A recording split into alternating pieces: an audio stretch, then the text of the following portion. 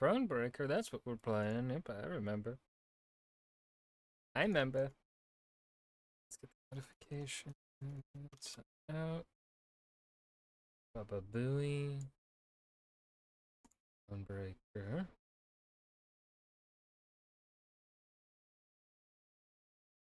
Hopefully no technical fucking I'm having speech difficulties. Fuck. Hopefully no technical difficulties.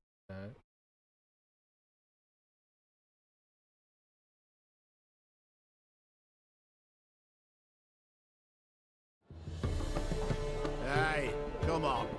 Get them shot. Boom, boom, boom.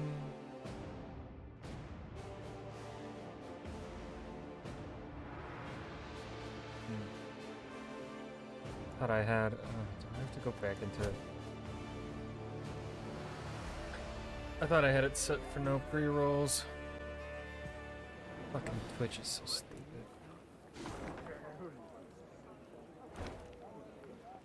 A blizzard's blowing in.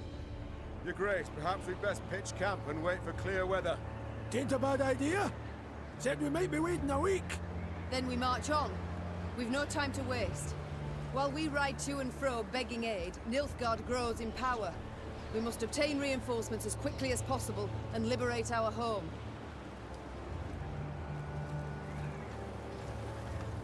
Right, we win this fight here, and then we get the +1 morale. The dwarves of Mahakam often keep their eyes trained skyward for 2 reasons. First, to watch for avalanches. Second, to ensure no hungry folktales or slizzards are swooping down for a quick fight.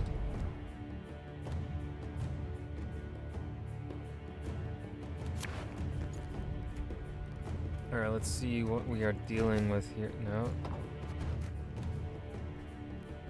On round start, spawn a harpy egg on each side of the unit. After 4 turns, on turn start, consume the lowest units on the okay. So we don't really want a bunch of the same, like, units to be...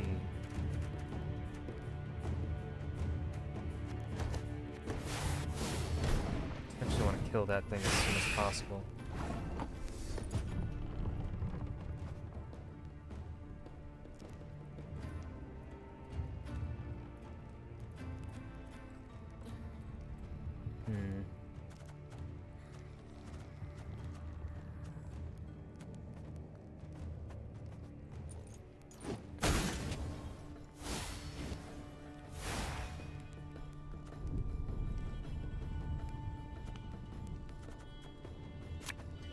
Ours is not to reason why.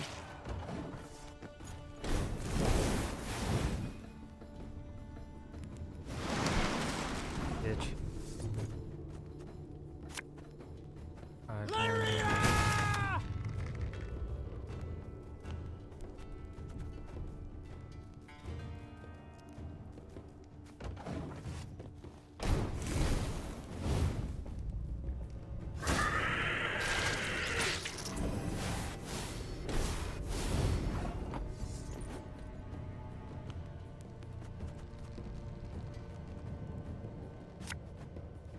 One bolt.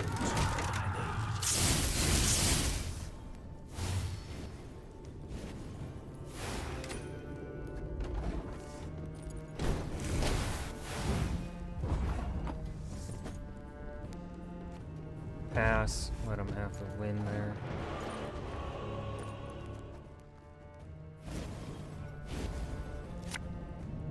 Okay.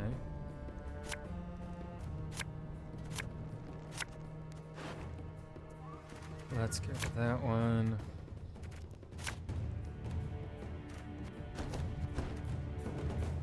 That.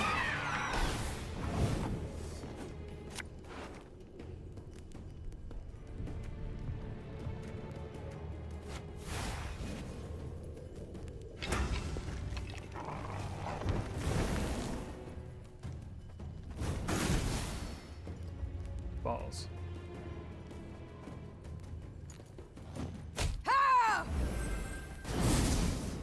That at the very least, so they don't spawn another fucking harpy.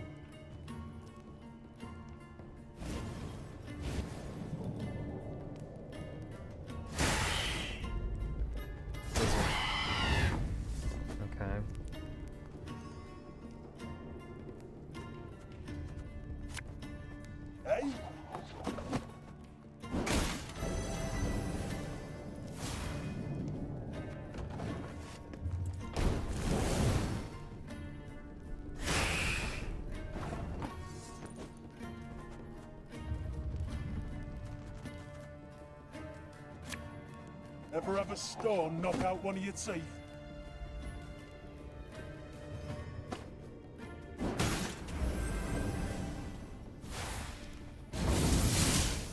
Well, that's not the one I wanted to target it, but okay.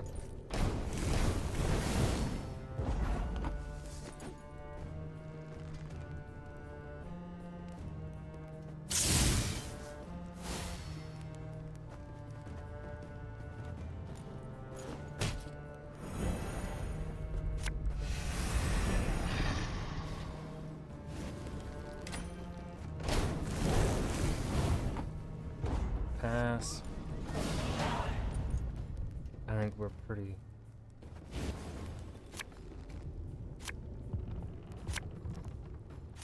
Yeah, we're pretty set.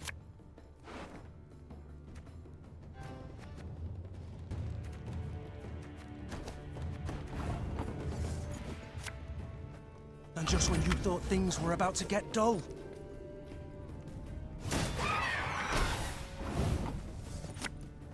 Greetings.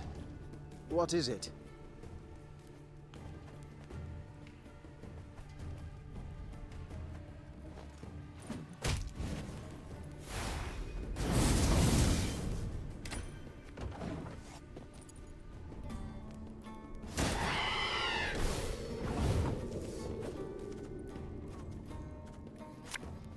Left, right, left, right.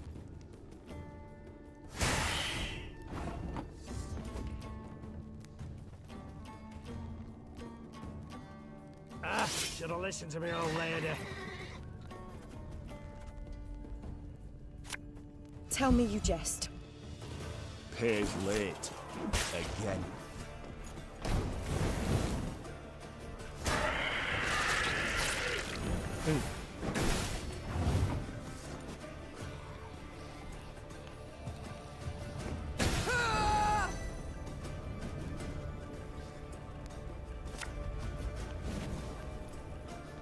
Give me a 3, 6, 7.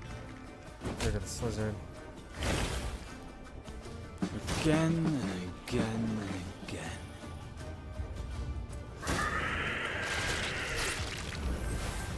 Yeah, back.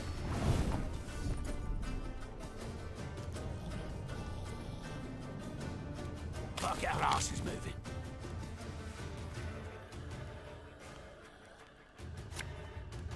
This harvest will be reaping black-clad heads.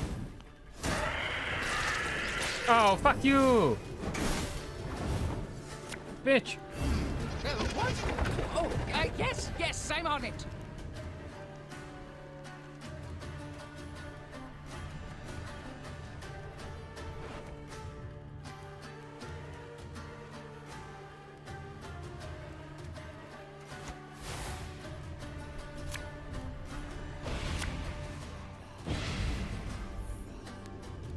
Nah, that's okay.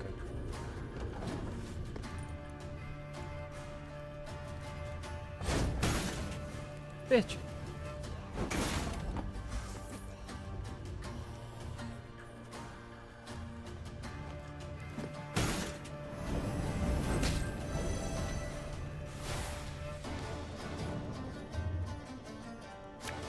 I've hit the white of an eye from half a league away.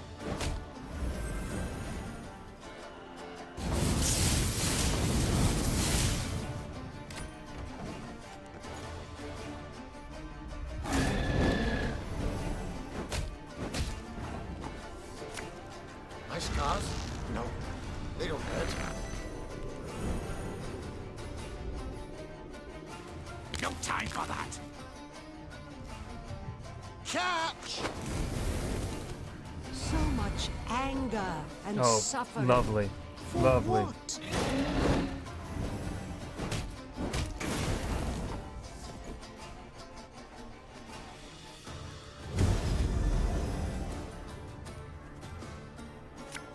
I probably should play this first. For you, pal! Anything.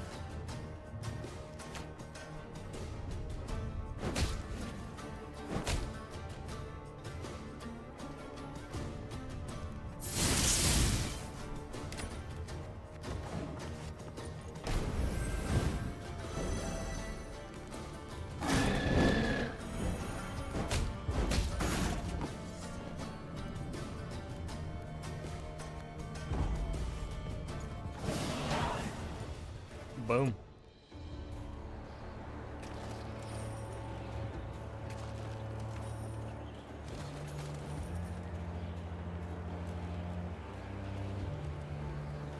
What's in here? Your Majesty, a she-dwarf hides in his mine. According to Gabor, her name is Stenka Morin, a renegade and thief sought by every clan. We could dispatch a few guards, but if we let her go, she's promised to show us where to find buried treasure of extraordinary value. What should we do? We can fix our issue with morale real easy.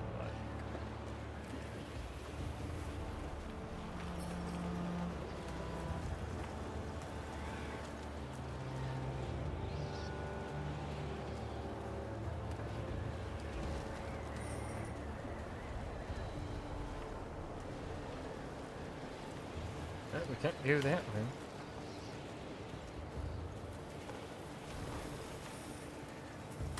Meve rode on in silence, endeavoring to work out the length of her exile thus far. A scout's call tore her from her reverie. Your Grace! You must see this! With a grave mien, the soldier indicated a track in the snow. The hobnail bootprint was all too familiar. Meve had seen it before, upon Lyria's sandy tracks, and midst the ashes to which Edern had been turned. Nilfgaardian footmen. Seethed Meve. Marched through of late. Interrupted Gascon. A day, perhaps 2 days past. The scouts had learned a Nilfgaardian caravan with an armed escort had recently arrived in Mahtar. The invaders had brought with them chests brimming with gold and jewels, then exchanged these for the finest Mahakaman-forged swords and spears. A scout gave me one of the coins the Blackclads had used for payment. Upon the coin's back, the Lyrian eagle. They pay with gold from my vault. The Queen said through gritted teeth. For arms that will cut down my fighting men and subjects. We might yet pursue and hunt them down, said Reynard, a spark in his eye. And make certain Ed Dahi never lays hands on those weapons. You might, I can. Piped up Gabor, who had been listening to their exchange. But you might also recall, we Mahakamans are neutrals who assure all guests within our borders safety. True, formally speaking, the Nilfgaardians have passed outside them, but attack him a stone's throw from our gates, and you'll see Brewer's rage come out his ears as steam, and out his arse as fire.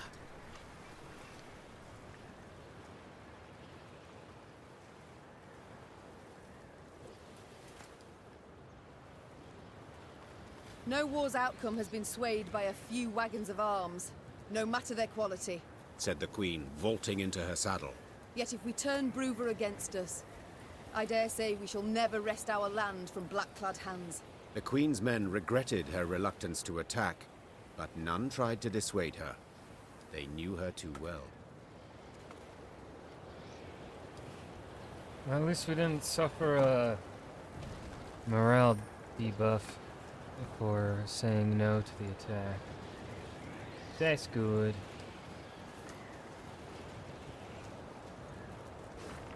Remember, lads and lassies, wash your beard with an herbal rinse before and after every shift.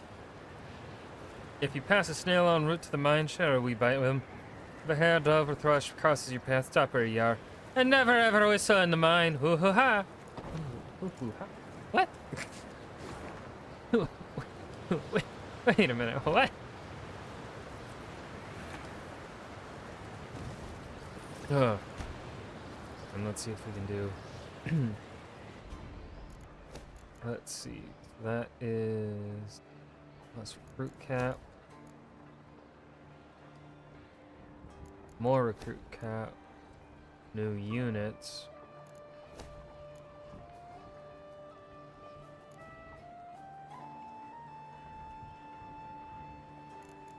And we do the mess tent.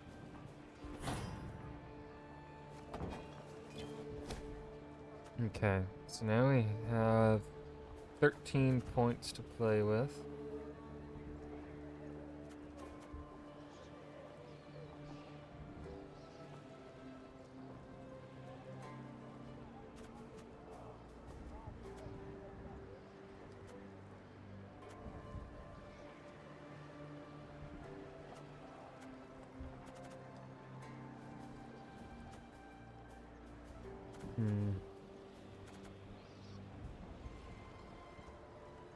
do another pitfall trap because I think I only have one.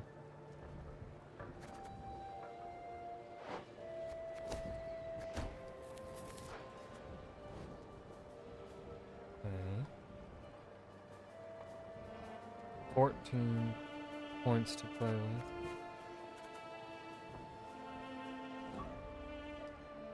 Oh no, not. Alright. I don't think I can do more Rivian Pikemen, can I? Oh, nope, it'll let me now. What was it that I couldn't? I thought there was... Let's see, I don't really care for Wagenburg.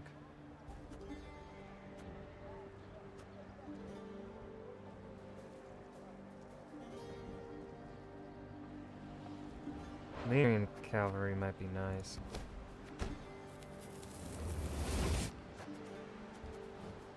I can buy one more.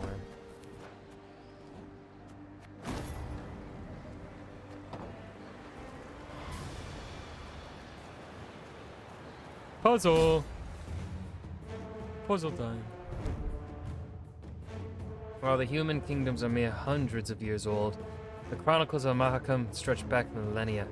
Over its long history, the mountainous region has been home to many great discoveries, heroic deeds, and terrible crimes. The dwarves, however, prefer to keep silent about past conflicts, instead emphasizing brotherhood above all else. The stain of shed blood on alabaster snow is difficult to truly forgive and forget, and its continued memory attracts beasts that thrive on injustice and suffering. Kill the beast. Art special rules, custom deck. Let's see, every turn on turn start, spawn 4 bars with 4 power. So we want to kill the Barghests every single turn.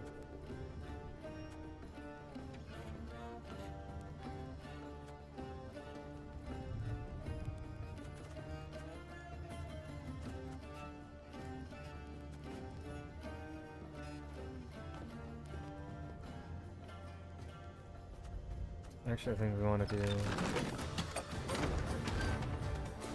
Nope, that's not.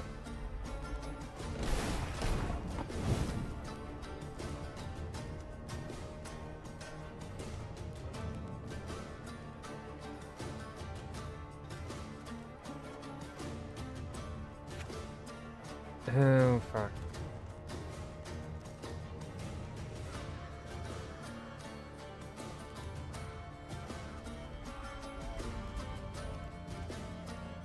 Fishing in the moat? Oh, you're dead.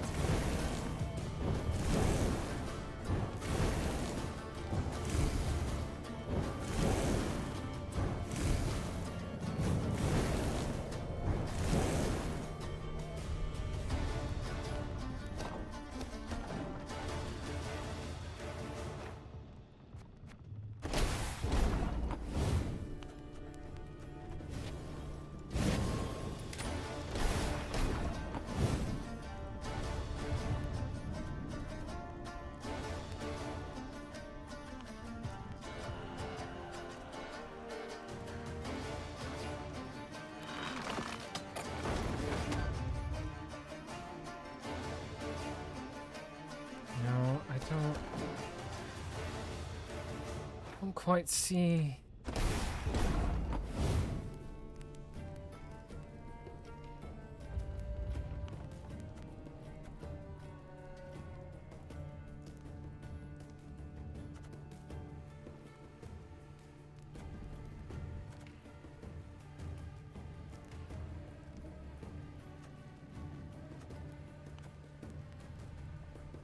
I gotta look this one up because I don't see what the puzzle is here.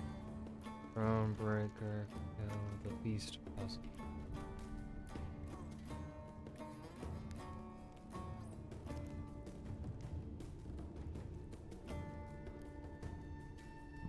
Gosh, right, it takes forever to load.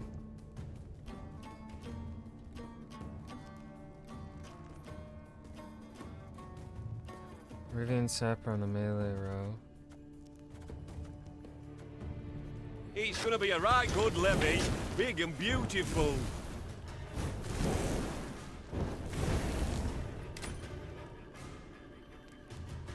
Okay.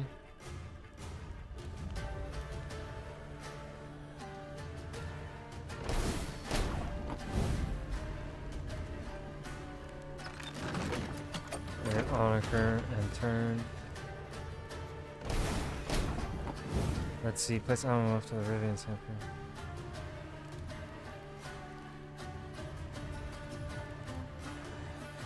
There's been a mistake. I'm no mage.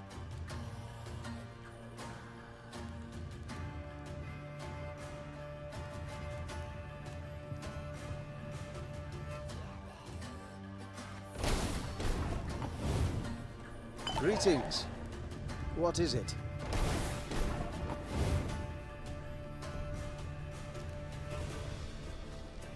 Ah.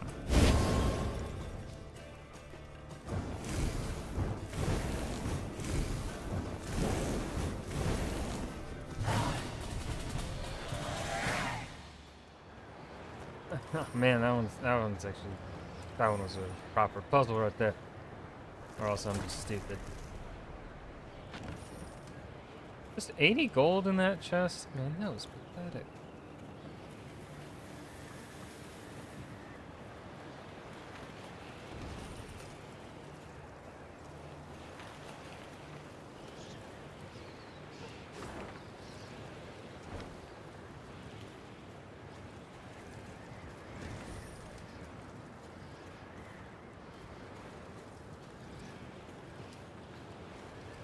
We shan't pass this way.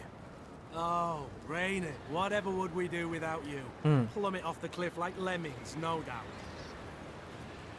Y'all need to kiss and make up. Meve squinted and gazed off into the distance.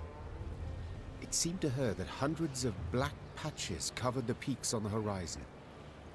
Once she had ridden up closer, she realized these were the windows of homes carved out of solid rock.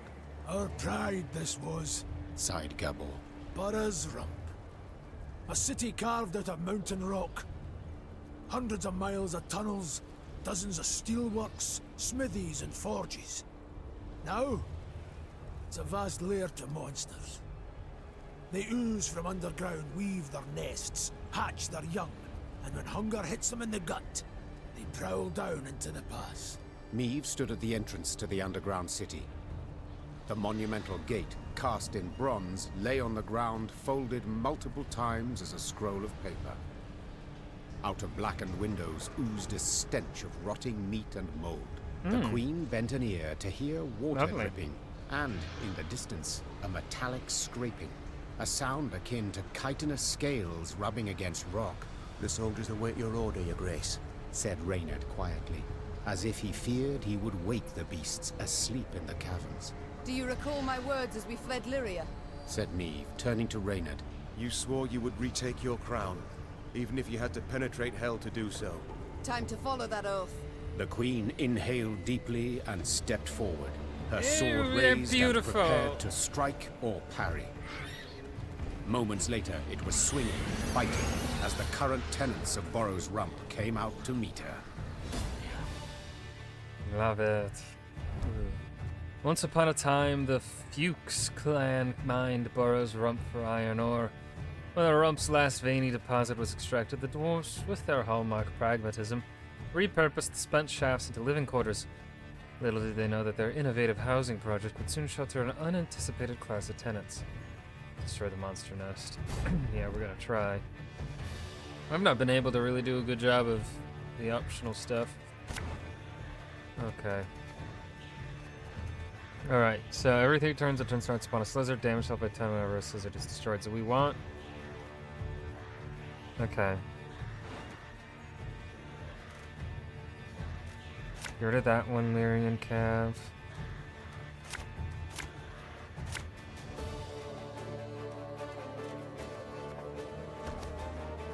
Oh, this stench is foul. I'd like to make it known that us gnomes don't run so fast. You know, in case you were planning to skip out on the quick. Let's see.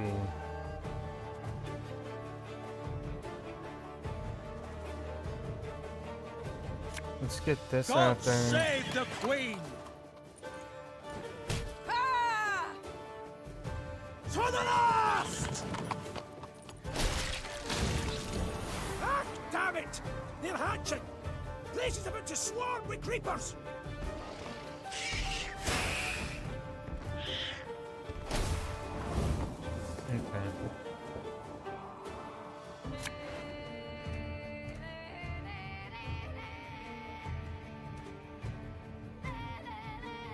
destroyed by 3. However, an ally is destroyed. Let's use the pitfall trap.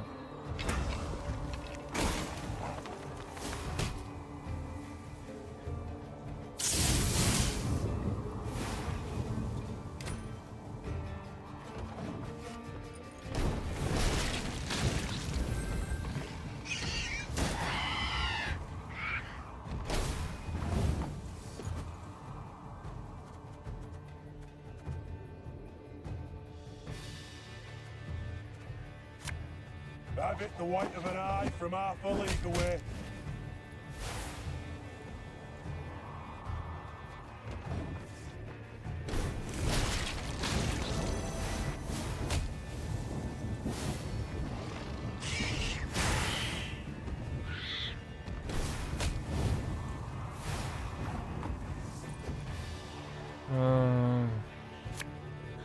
Bigger they are, easier they are to target.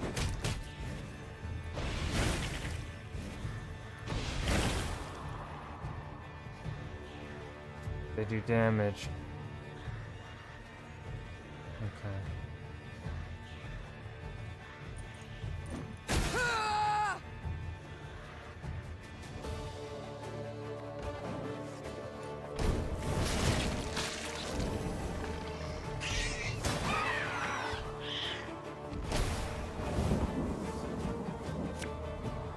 Again and again and again.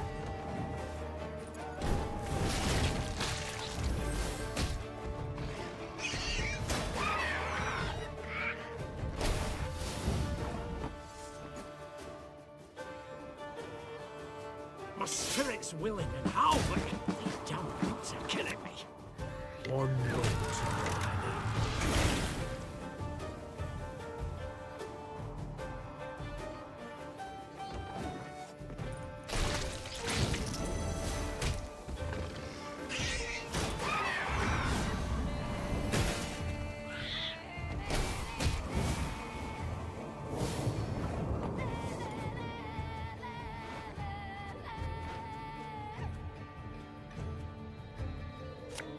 Tell me you jest. There's a time to reap, a time to sow, and a time to die.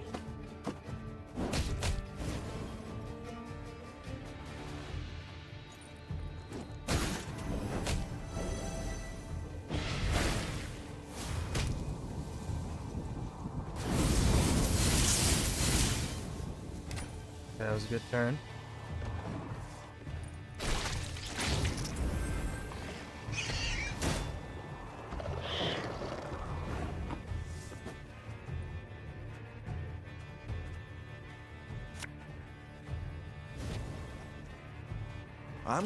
I'm coming. Pays late. Again. I don't think I'm killing the monster nest.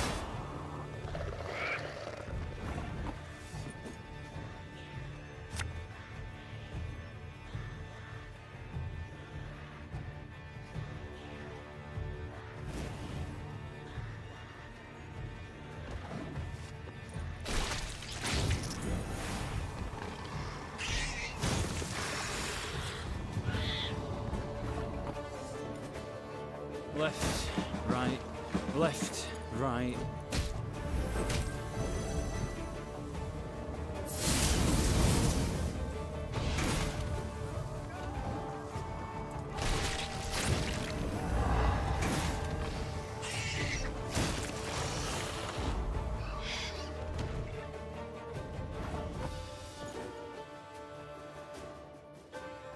Shh, cork it.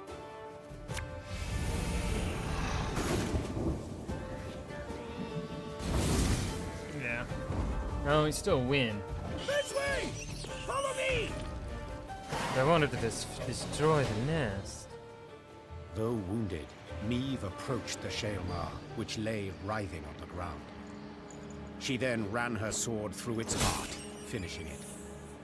Yet so spent was she that she lacked the strength to pull her blade from between the plates of the chitinous armor. The beast near took me. She whispered. It was very close. Wolfsbane. The Lyrians reached a vast hall that had once served the clans as their meeting room. The stone benches were covered in sticky slime and insectoid eggs, while bats of varying size hung from the crystal chandeliers. Gascon rummaged through old, weathered bones, surely hoping to find something of value. Gabor, in turn, was at a shut and locked door, grappling with it as if it were a deadly beast. The door finally gave way with a sigh, and the dwarf raised his arms in a triumphant gesture. It's a storeroom. Should hold miners' tools aplenty, he said, enthused. Some barrels of alchemical brews in here too. Lucky there's no sign of moisture. They haven't soaked through. Alls we've got to do is roll them out into the corridor and set a bit of fire to them. And whoomph! We'll have sealed the beasts off from the pass once and for all. Meve treated the dwarves' instructions as hallowed.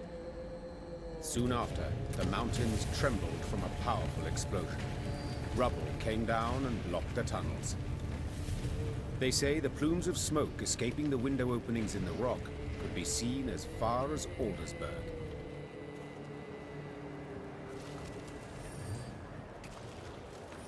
Nice.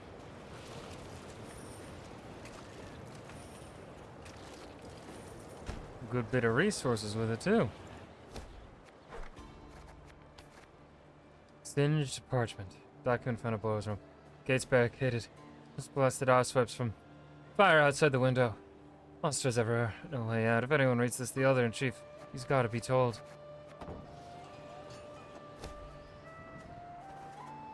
Draw 2 units and set their power to 1.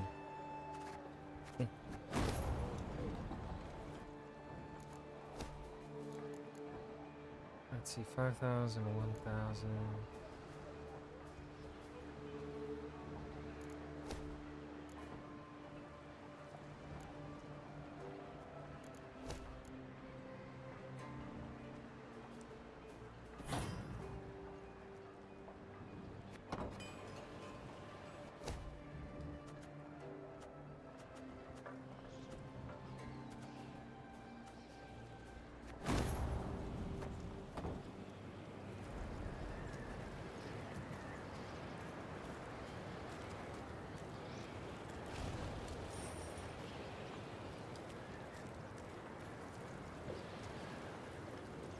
How far along are we in?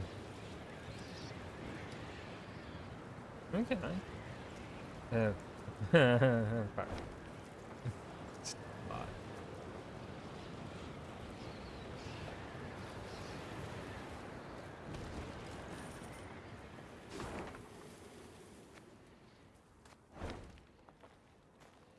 Dark clouds hovered over the horizon, and a strong gale snapped their banners.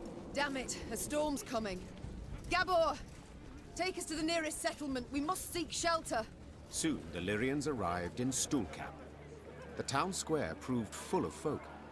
Several dozen dwarves laden with large sacks and satchels stood about in smaller groups. When a thick snow began to fall, the dwarves cheered. Tears streamed down the cheeks of several, but Meve could not tell if they issued from some fortuitous occurrence, or if the strong wind had wrung moisture from their eyes. What is it we witness? Why do they rejoice at a snowstorm? Asked Meve, pulling her hood over her head. Well, the blizzard's good cause to postpone their expedition by another day. Gabor responded. See, they've been conscripted by drawn lots to be settlers. Found homes in a village in Blackbrook Vale. 7 expeditions have gone that way already, and none survived longer than a year. Valley's cursed. No two ways about it. Intrigued, Meve proceeded to speak with the settlers' leader. He confirmed Gabor's claim. He had buried many a previous colonist. All had been abnormally thin, pale, prematurely greyed, as if some wraith had drawn the lifeblood out of them. Once the dwarf had finished his tale, he gripped the Queen's hand firmly, and promising a generous reward, begged that she and her Lyrians accompany the expedition to Blackbrook Valley. Tain't far. Mere few leagues north along the main road. We'll make the march much easier to ken with the whole army, in case of any danger. I know not how useful our swords can be against curses and spectres, said Meave. But leave you bereft and in need I will not. We shall march with you into Blackbrook Vale and see to it that you are safely arrived. Then we will march on. The dwarf sped off to announce the good tidings to his settler brethren. By the time the blizzard had abated, they were ready to march. Okay.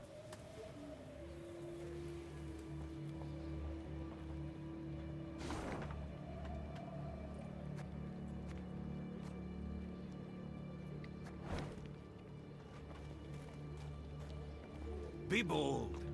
Take on challenges, risks even.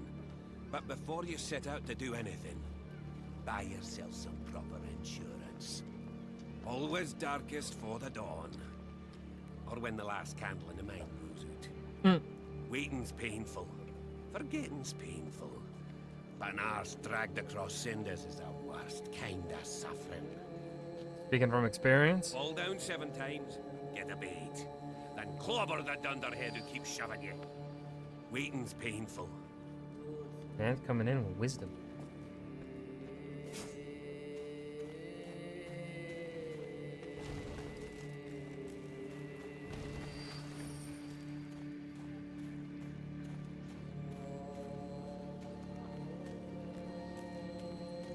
Stay clear of Borrow's Rump. How do they went there? Like shale Mars, that is. They're gone. The Elder gets a wee stranger every year. Scary to think where he'd be 100 from now. I'd cut my beard, but I haven't yet received written permission. Stay clear of Borrow's Rump.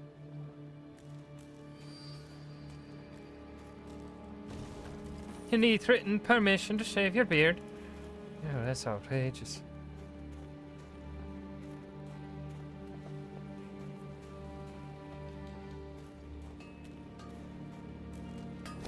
Your Majesty, the local blacksmith Zadravik Kranma is peddling a fragment of a magical runestone of some sort or other. If you collect all the remaining pieces, you'll be able to create a powerful artifact, or so he claims. What is your decision, my lady? Yes, purchase it. It's a big bomb. It's a boom boom circle.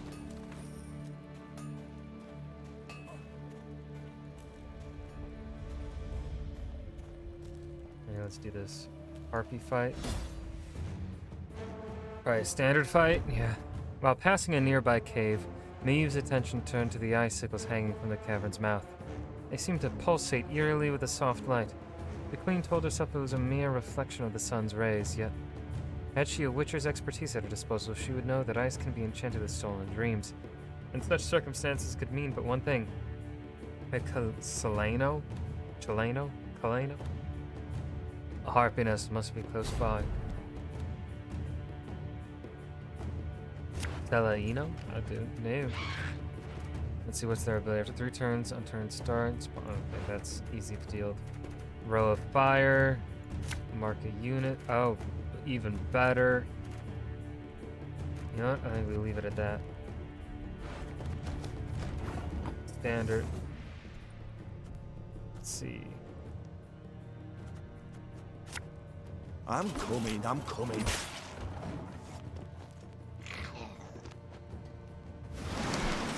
Fuck you.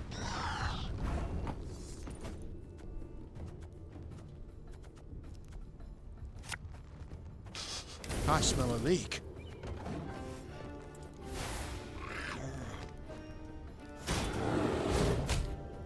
Whoa. Rude.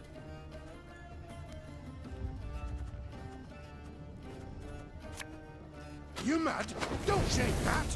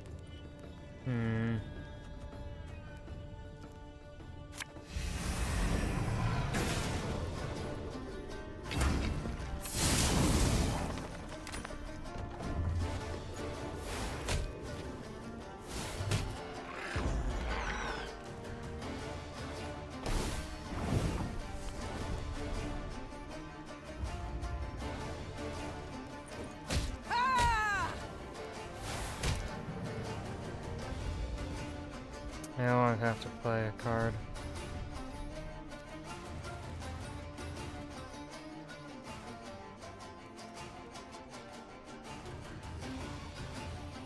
Could forfeit this round.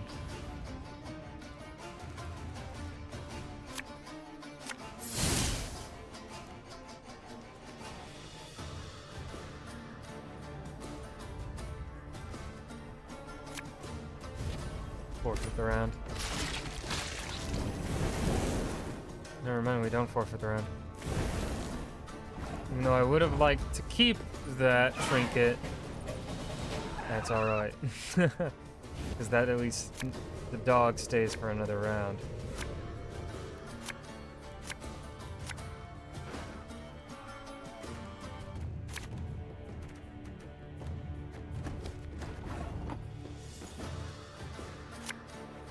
Left, right, left, right.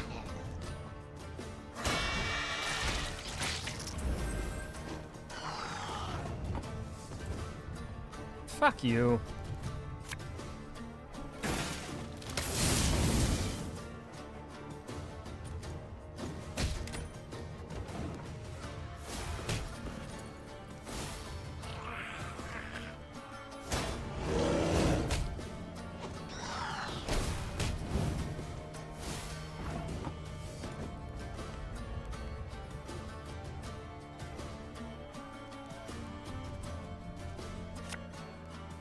Ever have a storm knock out one of your team?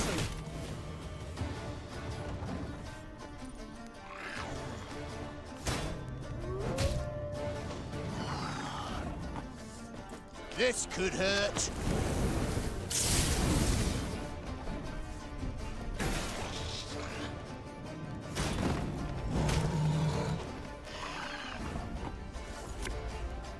Again and again and again.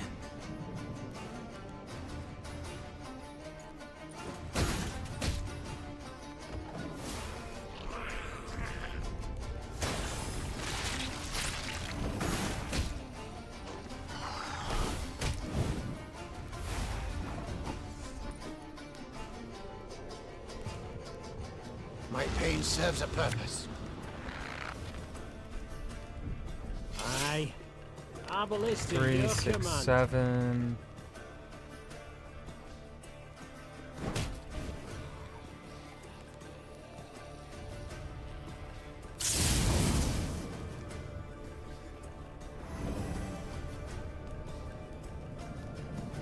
Ah, should have listened to me, old lady.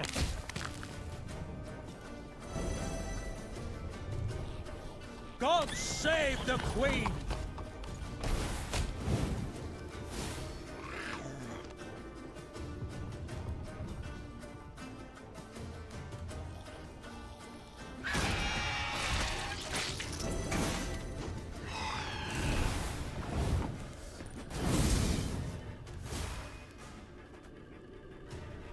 Let's see, 3, 6, 7. I'm a one, sir.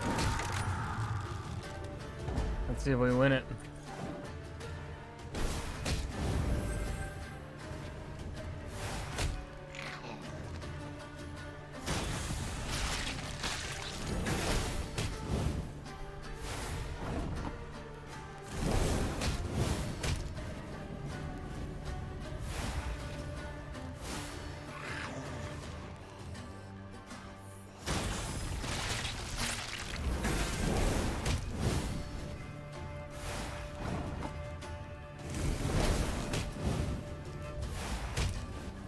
No, this is going lovely. It's going great for me.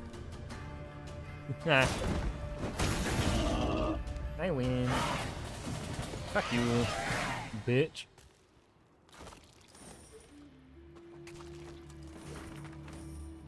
Hoo-ha! Goya, son of Arbin. Rumor has it these plowing and Barbagazi have come down from the mountains again.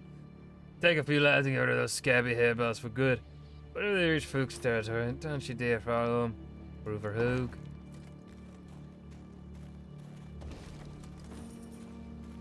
This Hugh causing some internal sabotage. Really, that won't go over well politically.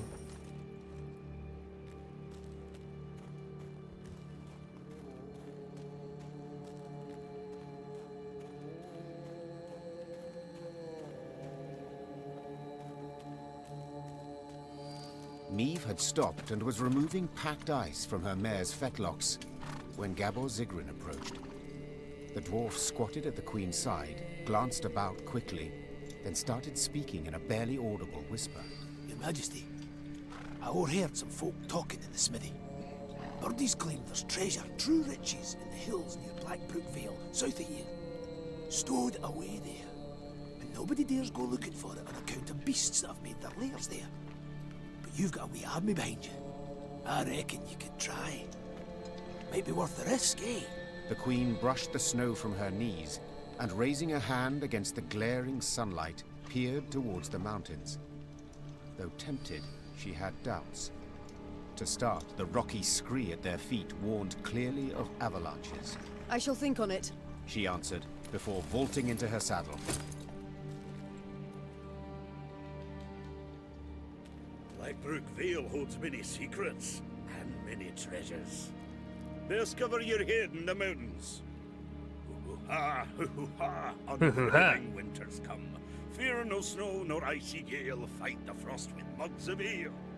I like that. Discover your head in the mountains.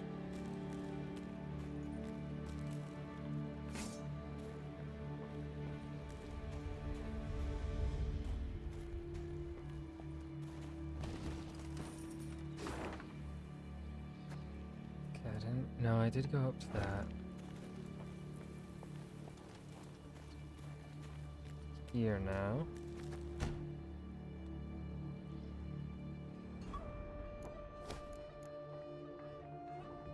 Not gonna do that. Doesn't leave me with enough wood. What have we got here? Gascon always had something to boast, but there was no other as handsome as he. Then no other had his talent for juggling, and the list goes on. Other soldiers simply rolled their eyes and ignored him. However, once during a stop at a brewery, Gascon proclaimed he could hold his ale better than any dwarf. This had crossed a line for Gabor Zigrin, who promptly pulled a mug from his saddlebag. Finish your cold ale before Gabor does. Okay. How's this gonna work?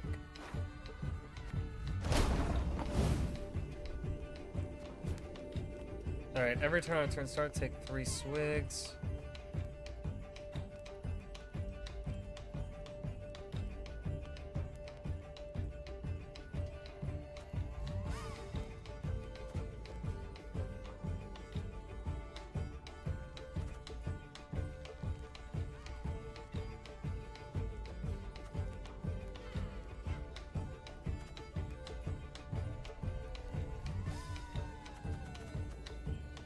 I think you want to...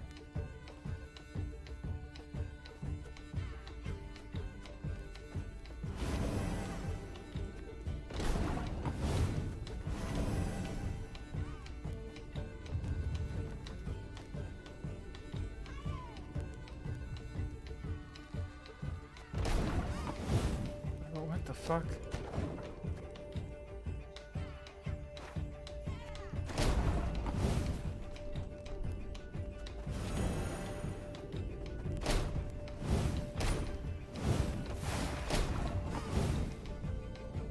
Okay, if you took more swigs than you have gawkers during a round game,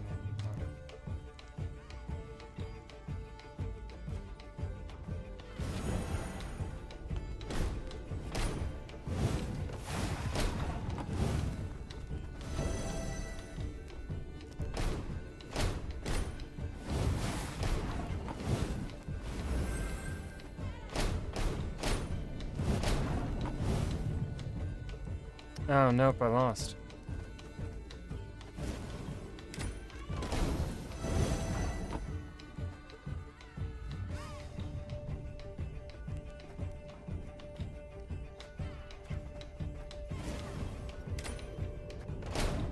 Yep. Okay. So maybe we do it.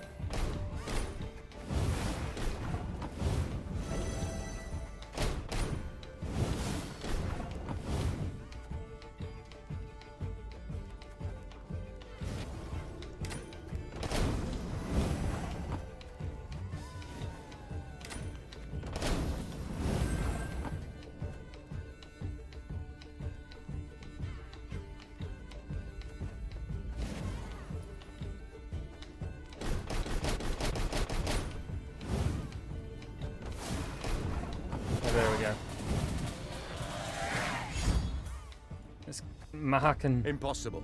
I can't believe it. Gascon, he drank a dwarf under the table. I've said it before, I think, dear Reynard. You simply underestimate him. He's gonna have one nasty hangover after that, though. Let's see. Every turn on turn end, boost a random ally on each row by 2. Ooh. But see, it doesn't give me.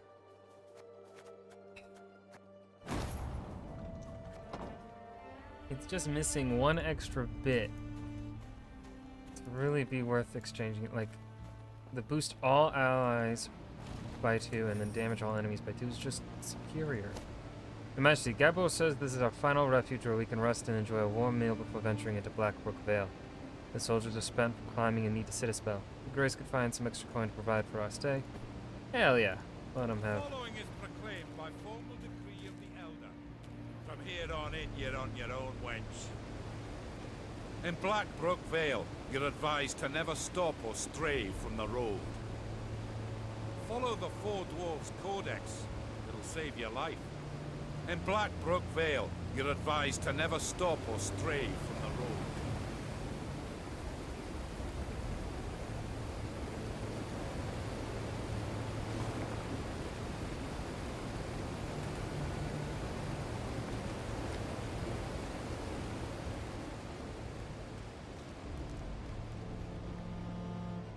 What is this place?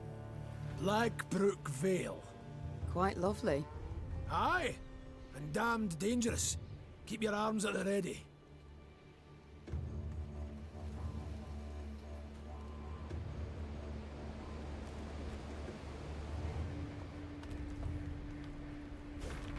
You are now entering Blackbrook Vale. Do not touch anything, do not stray from the path, do not spit from the terrace.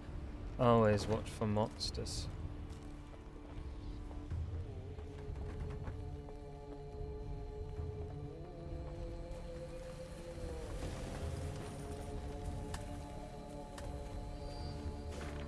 We, the dwarves of the 3rd Blackbrook Vale expedition, have erected this obelisk as proof of our efforts to those who follow in our footsteps.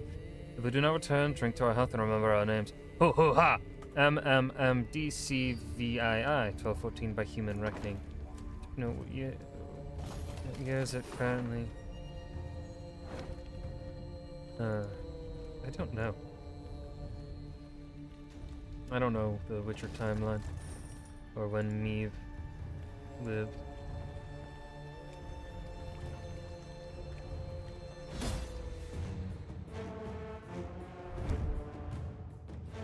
Mahakam's engineers were puzzled why the mighty frost bridge had fallen to ruin. Perhaps an ice flow was to blame? Or a stiff, frigid gale from Mount Carbon? An earthquake, perhaps? No, these were not the cause.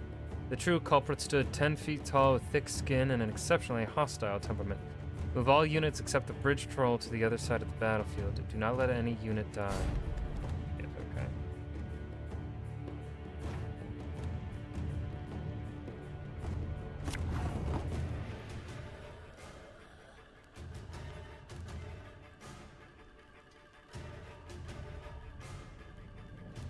Okay, every turn on turn start damage 3 units on the right by 3, 2, 1 in that order.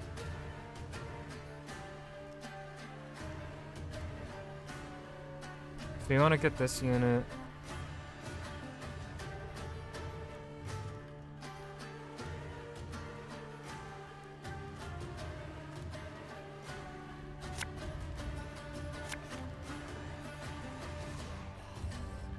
Three, two, one.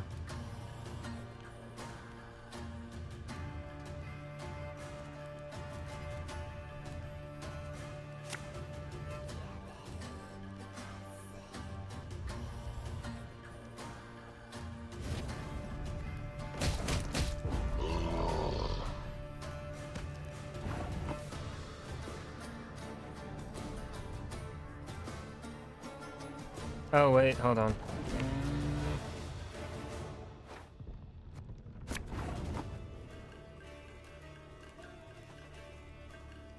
Okay.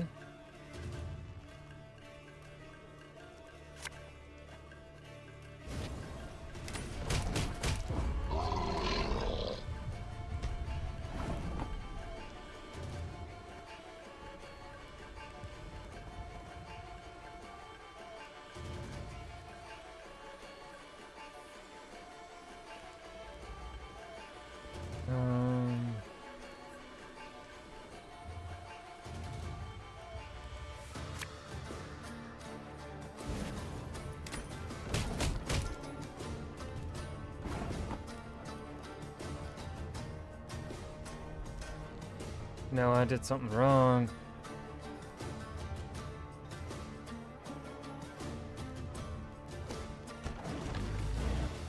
Oh shit. Okay.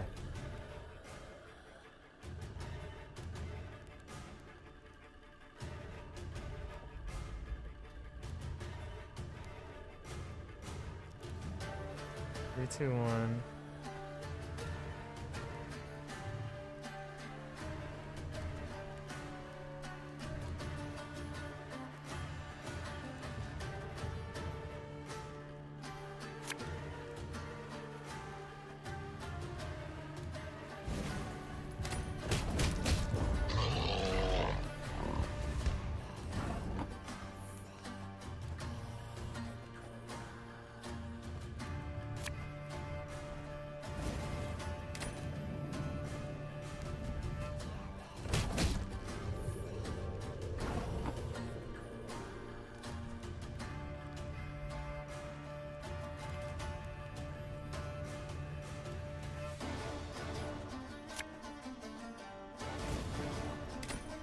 No, again I did something wrong. So I think we want this unit to get hit with the one.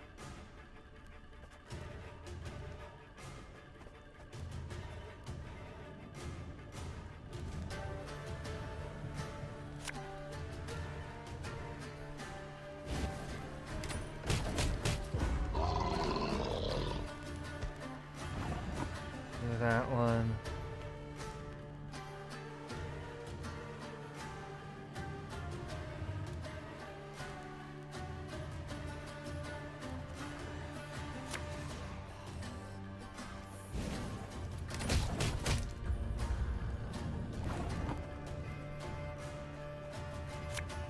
There we go.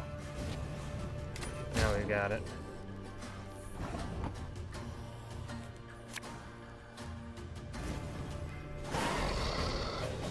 Ah, took a second there. Ew, he died now. Rip.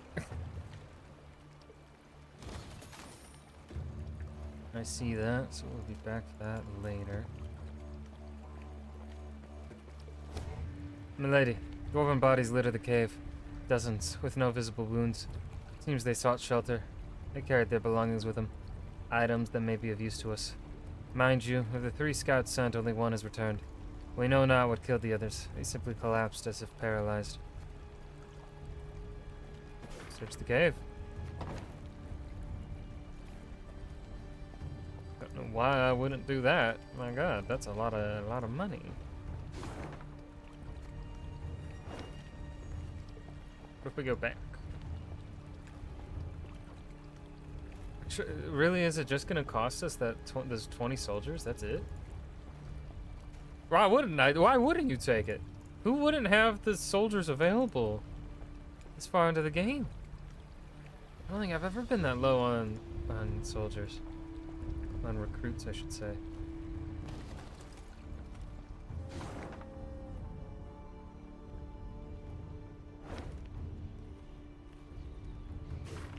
Lads and lassies, if you're reading this, it means the next group of settlers have arrived. May you have more luck than me, the 5th expedition. 40 dwarves strong just a month past, but we're now only 3. Oberon, Proden, and Sava. Plough and Mystery were killed the rest. Found them one morning, their beds just stiff. Just dead. Stiff as boards. I expect soon we'll share the same fate. I can just feel it in me bones. Anyway, we tucked away what's left of our valuables in a grotto east of here. No longer any use to us, but mayhaps just what you're looking for. Hoo hoo ha.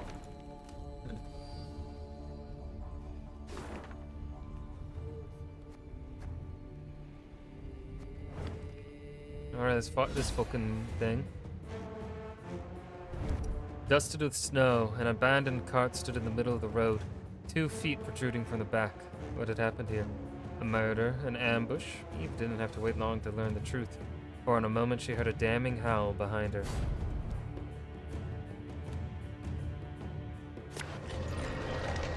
Alright, let's see. This is a standard battle. Every 4 turns on turn start, haunt the highest non-haunted enemy and move it to the other row. Every turn on turn start, damage all haunted units by 1. Okay.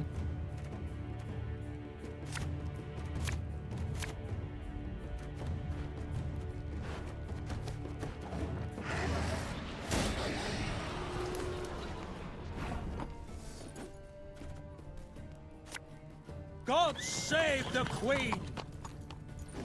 Ah! To the last!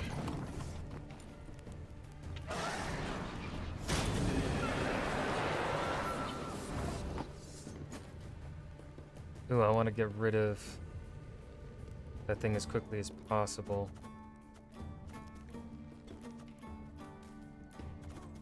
If I summon this and then play an Arbalest, that would be a lot of damage. Oh, Lyrian lummoxes.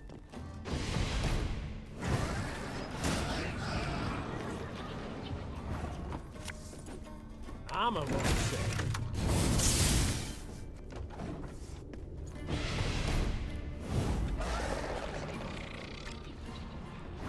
No. I win the round.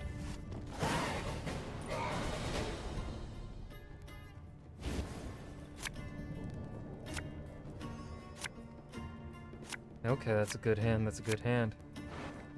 I'm not gonna redraw any of that. Keep it. Play our bronze card. Ooh. I think we want the Aratuza Adept is just so good.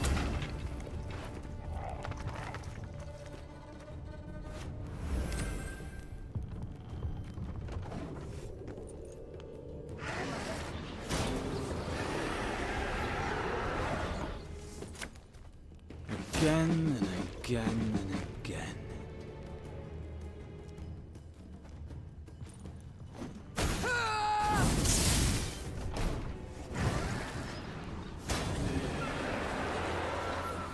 Okay, you're haunting.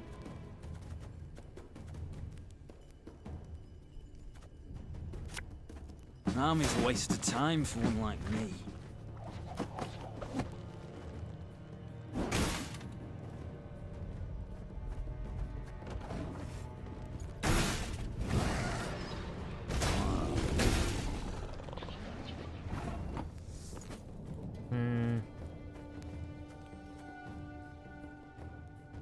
No, that sucks. Company! Forward march! For you, pal! Anything. I don't know if I have a trinket. It'll damage a unit by 10.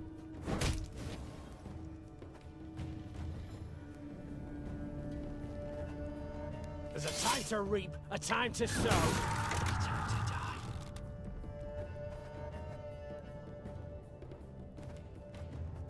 Shh! Cork it!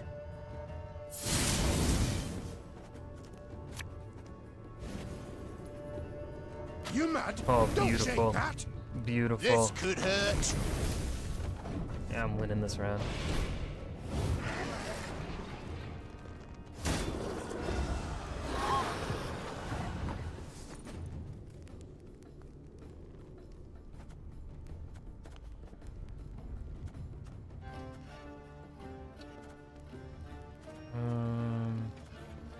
Could just do. What do you want of me?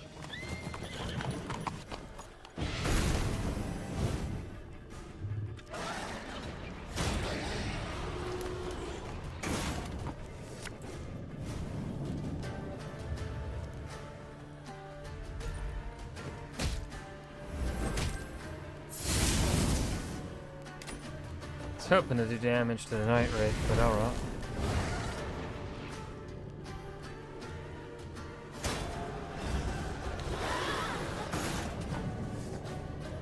Left, right, left, right.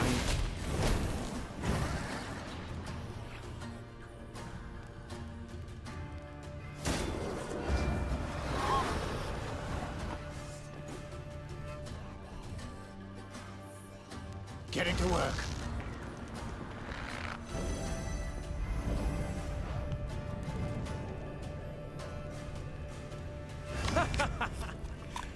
Wait, you're serious? Or...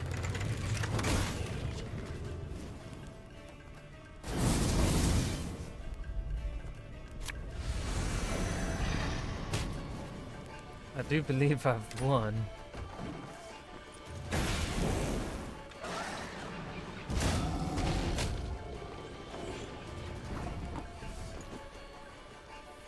They're just gonna pass. Just gonna pass, see if they can do anything.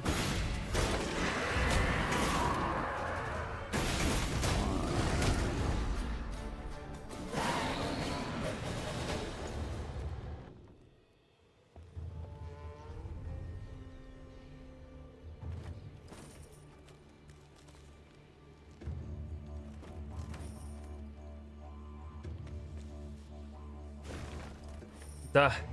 We finally arrived. The place was crawling with critters, but we dealt with them in no time.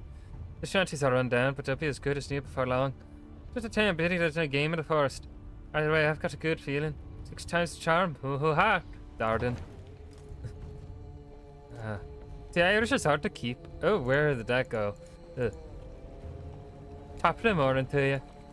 The accent is a bit hard to keep. Nope, I'm losing it. I'm losing it. I'm not able to keep it. Fuck.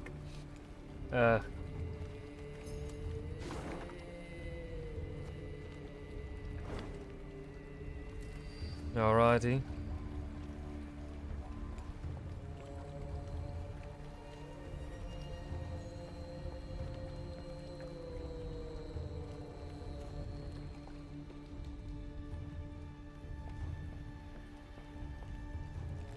What's in here? It's Your Majesty. This cemetery is the final resting place for the dwarven settlers from all 7 expeditions to Blackbrook Vale. First a century is old, while others only a year. No doubt there would be precious tributes buried with the bodies. We could order our soldiers to recover them, but I warn you, milady, that they won't like it one bit.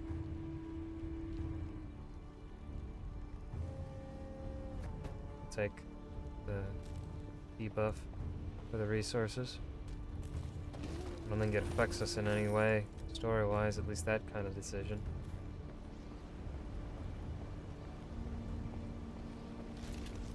Blackbrook Vale. The name itself embodied infamy. Neve arrived expecting misty ravines, decrepit trees bound in spiders' webs, and swarms of bats. What she saw was a warmly gurgling stream and the valley's gentle slopes blanketed in crocus blooms. Only a village of abandoned, ruined huts and a cemetery stretching to the horizon behind it attested to the valley's grim past. The village seems shrouded in a guise. Be not deceived, said the Queen. Reynard, some men to search the environs for any sign of life. The blood-curdling roar that came from the ruins a moment later proved the Queen's caution warranted beyond any doubt.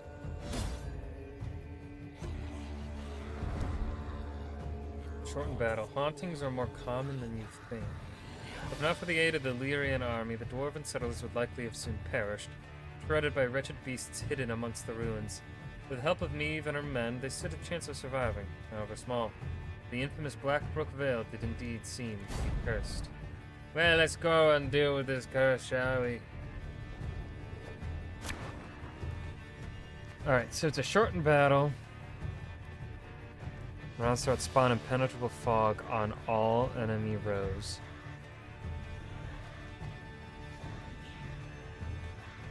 Even power.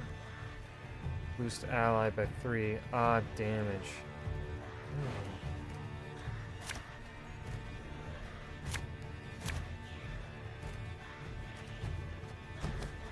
Protect the settlers!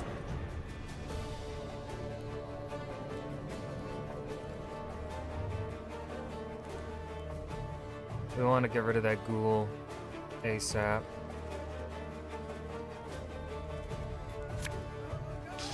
I smell a leak.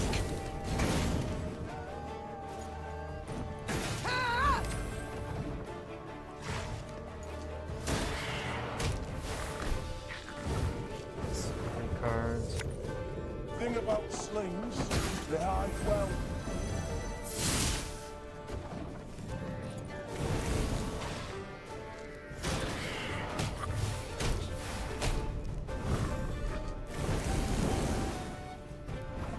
Beautiful, beautiful.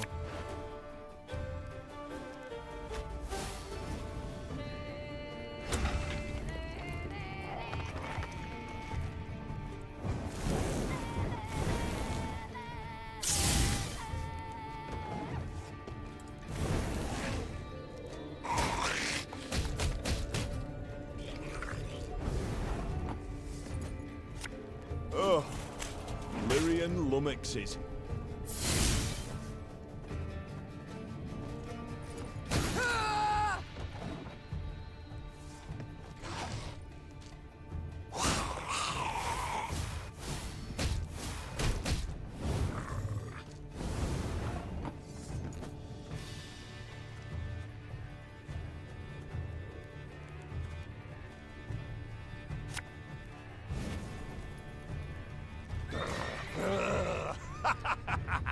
Her Majesty is That's well, exceptional. sort of placed.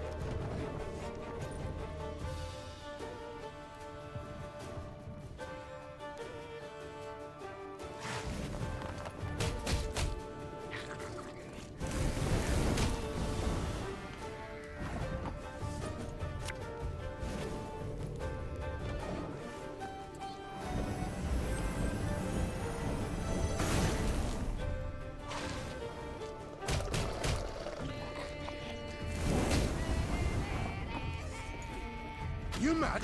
Don't shake that!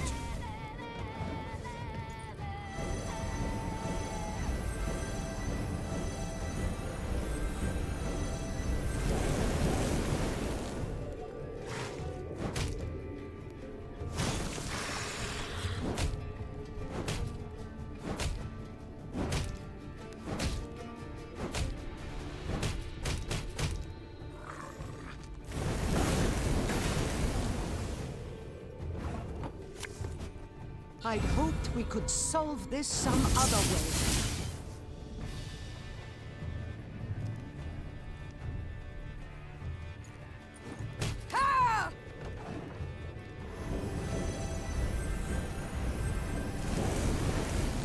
This one's gonna be close.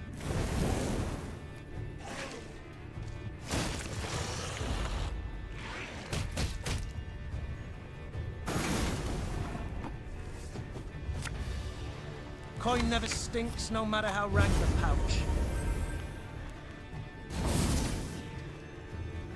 Damn.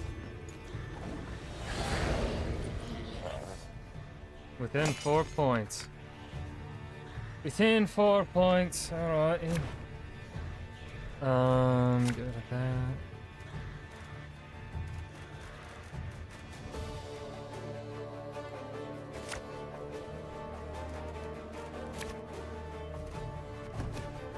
Protect the settlers! Again and again and again.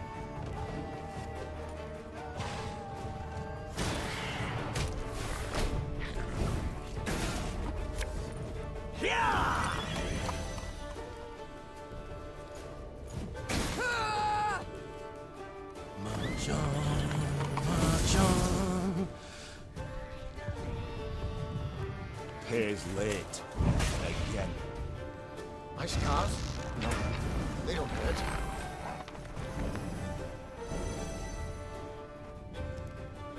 There's a time to reap, a time to sow, a time to die. 3, 6, 8. Where did that thing go? Catch! Ever have a storm knock out one of your teeth?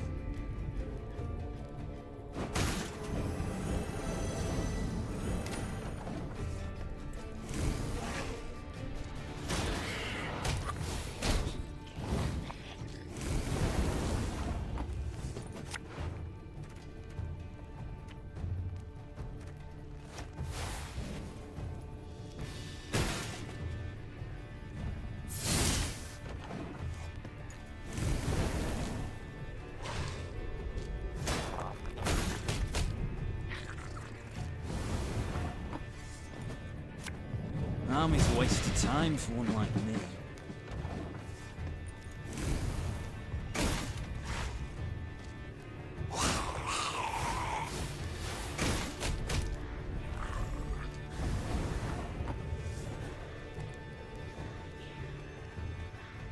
drive it the white of an eye from half a league away.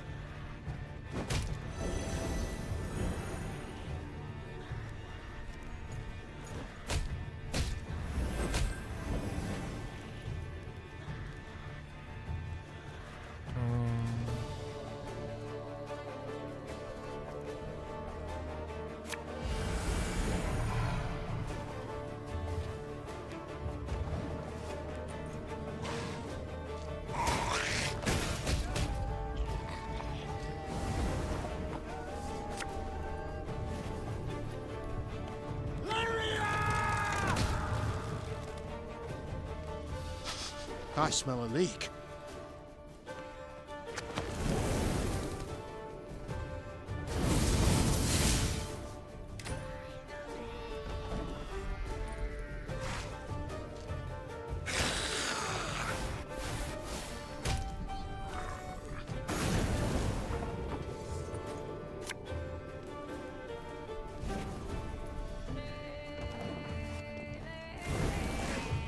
Well, I think I've got the dub for this one.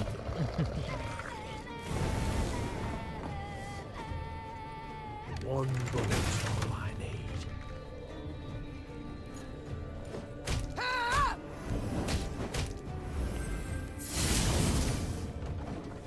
So just do that and then end the and pass on the next round. Because he can't catch up, the bitch. I'm the winner. Alright, that's a bit aggressive, motherfucker. That bit aggressive. Likely the last, that one. Should be safe now.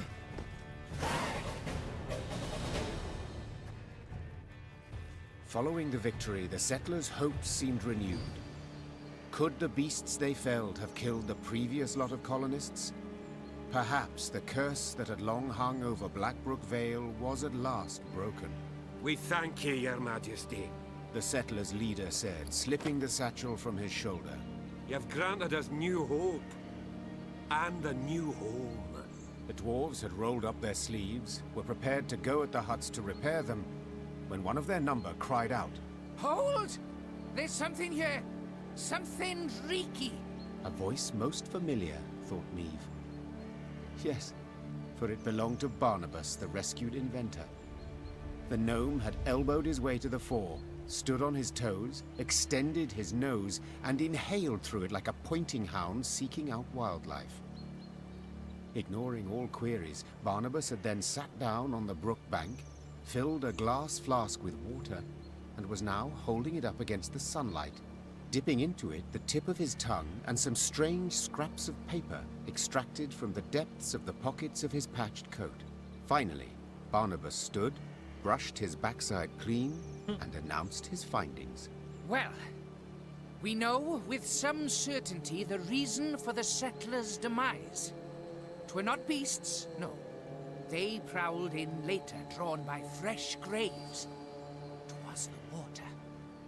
Oh, roll your eyes and whirl your fingers all you want, and then peer at the brook. Nary a fish. All poisoned by subterranean fumes. The dwarves hemmed, hawed, and grumbled, and were a heartbeat from abandoning the Vale for good.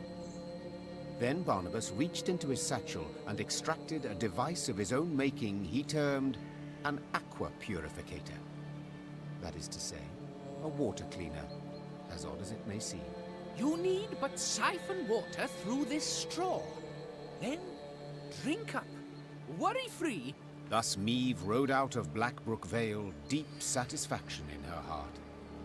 The dwarves extolled her for being bold, shrewd, and wise, while Gabor ensured this praise would likewise reach the meaty ears of Elder Hoog. We're the dwarves of Mount Carbon. Hoo-hoo-ha! Hoo-hoo-ha! 2 hammers is our sign, is our sign. We feed those suffering hunger. Hoo-hoo-ha! Hoo-hoo-ha! But our foes we smash asunder. Aye, aye, aye! Aye, aye, aye! Spill me ale and get a pound and hoo-hoo-ha, hoo-hoo-ha. Such is life neath the mountains, aye, aye, aye, aye, aye, aye. Spill me ale and get a pound and hoo-hoo-ha, hoo-hoo-ha. Such is life neath the mountains, aye, aye, aye, aye, Ay, ay, aye. ay. We'll workshop it. We'll workshop that one.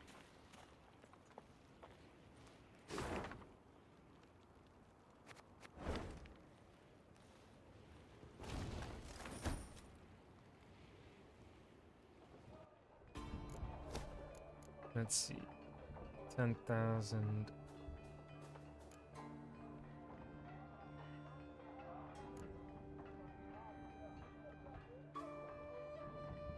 Hopefully I don't need 1,000 gold, more than 1,000 gold for anything coming up.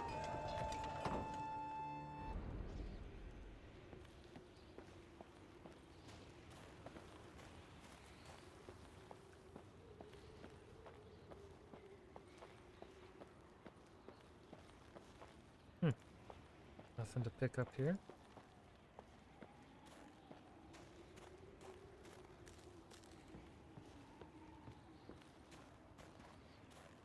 The rumors Gabor had overheard were true. Scouts returned with news of a cavern at whose mouth lay rotted logs, an indication that something of great weight may have been rolled inside. Chests full of gold, for instance. Then again, paw tracks clearly showed some beasts had made the cave their home. Right. Decision time. Enter or scramble back down, said Gascon, rubbing his hands together for warmth. Please hurry. This frost is downright biting.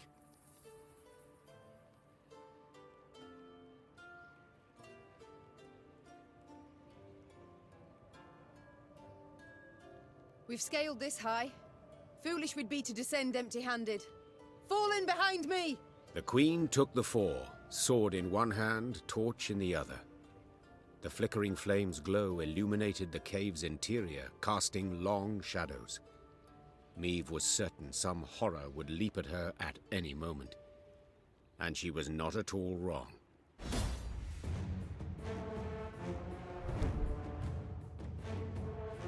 What else might these forgotten inaccessible caverns hold? A magical rune-imbued weapon forged centuries past? Sapphires, rubies, and topaz carved and polished by long-dead dwarven jewelers? Perhaps immeasurable mountains of gold to find out the Lyrians had only to slay the monsters that dwell at their depths. Alright, special rules and a shortened battle.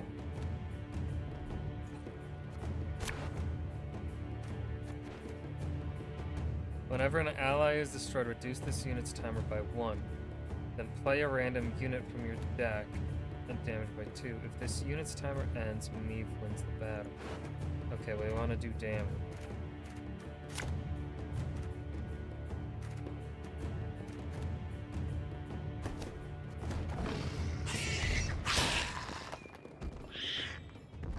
Follow me! Together now!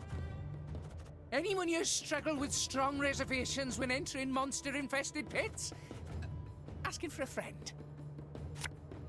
Ours is not to reason why.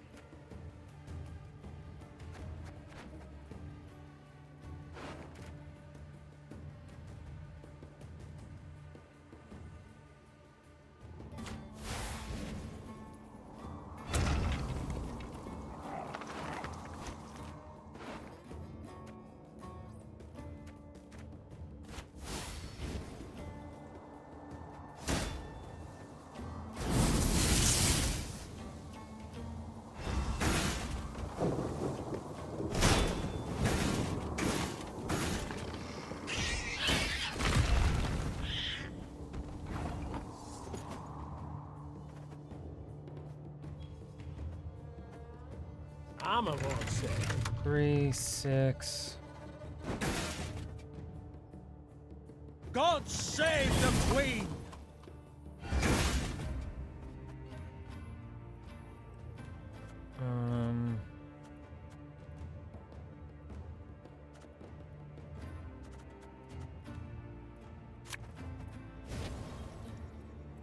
You mad? we Don't go. say that.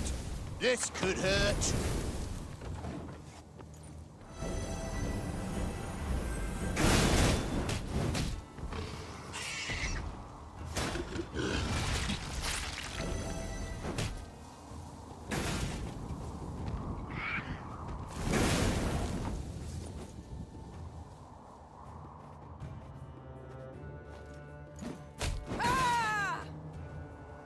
To the last!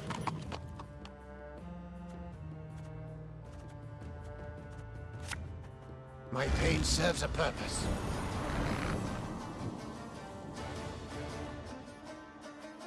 There's been a mistake. I'm no mage. We got a job to do.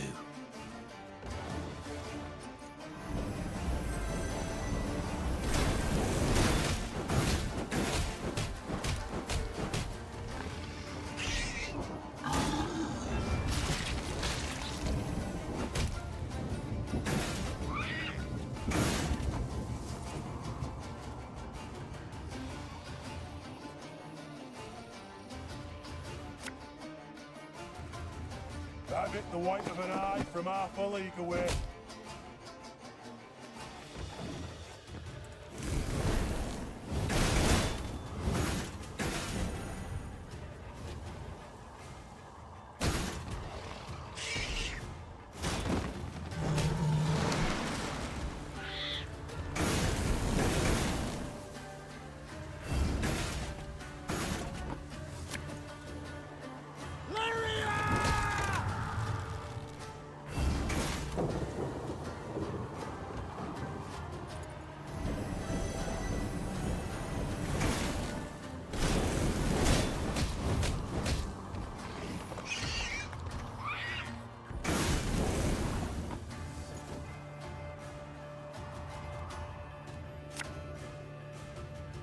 Bigger they are, easier they are to target.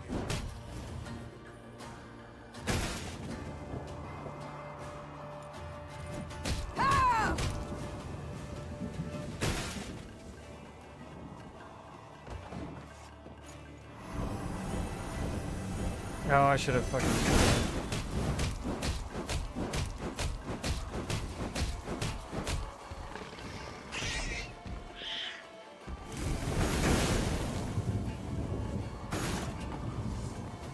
Let's see.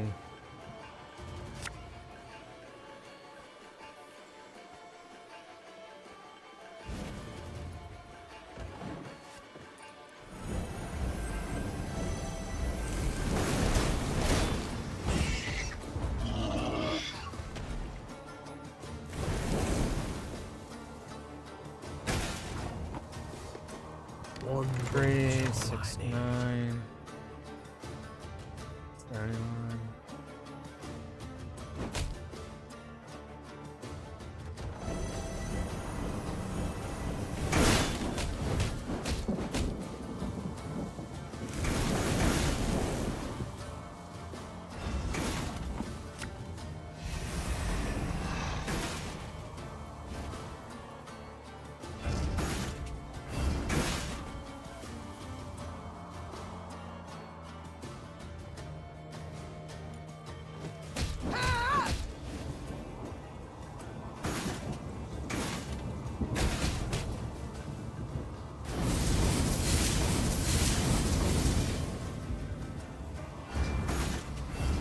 Treasure trove ought to be close now.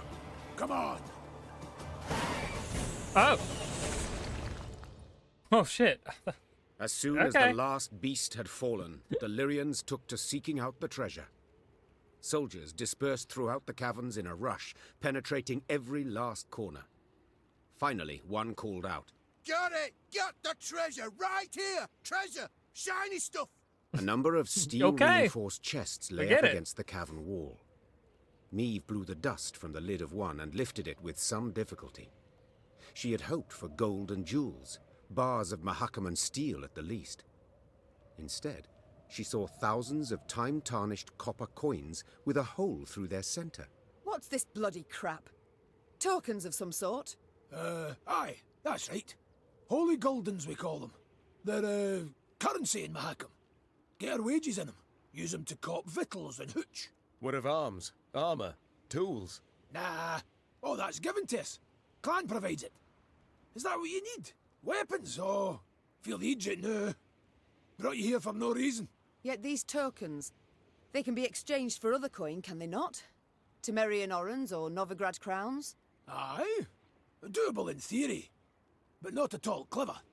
Rates are crap. See, the elders keep 'em low to make life difficult for dwarven folk. Discourage 'em from leaving Mahakam.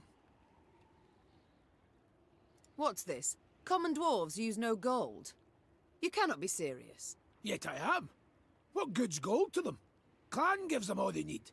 And victuals and hooch beyond need, they get for tokens. Yet you trade with humans. Gold coin you take for your goods, the coin must serve a purpose. What is it? We hoard it all. In vaults. Great piles.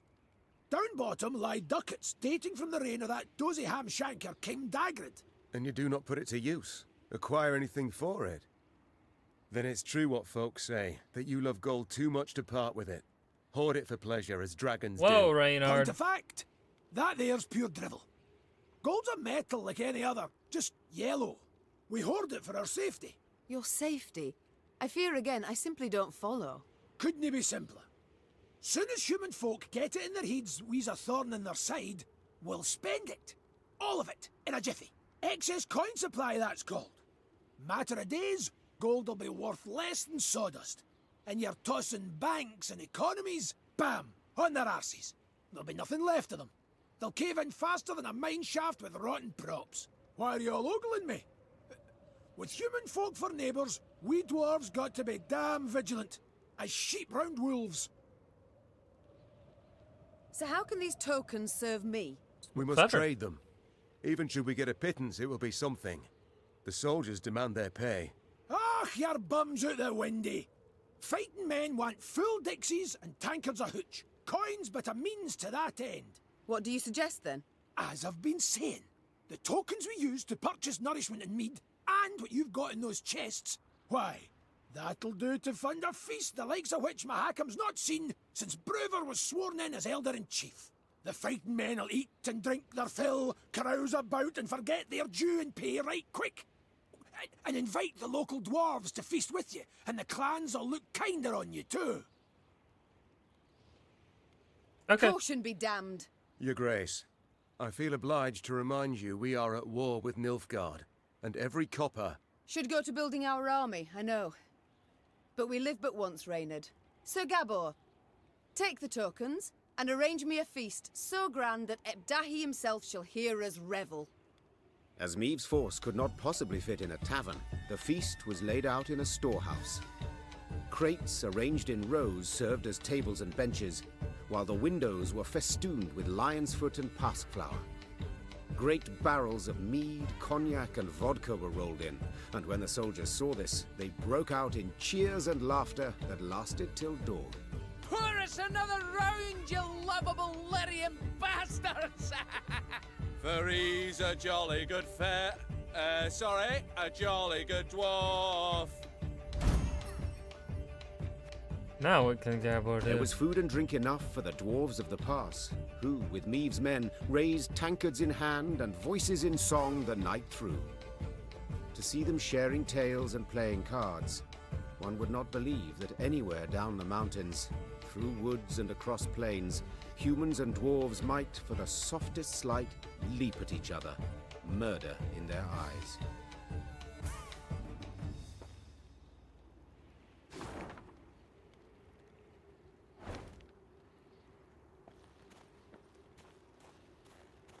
I don't know, let's just make shit. There's nothing.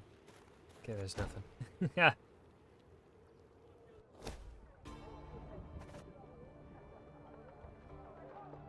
See Zabor.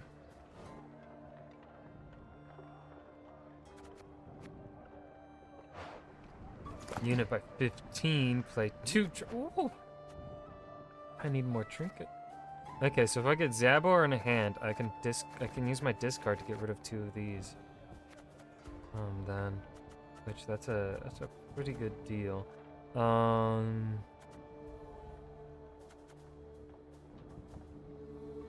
don't really want none of the cards that we have available. I really want to put in the hand, so we'll wait. Don't really want to spend the gold and wood on building new units yet. We'll hold off for a while.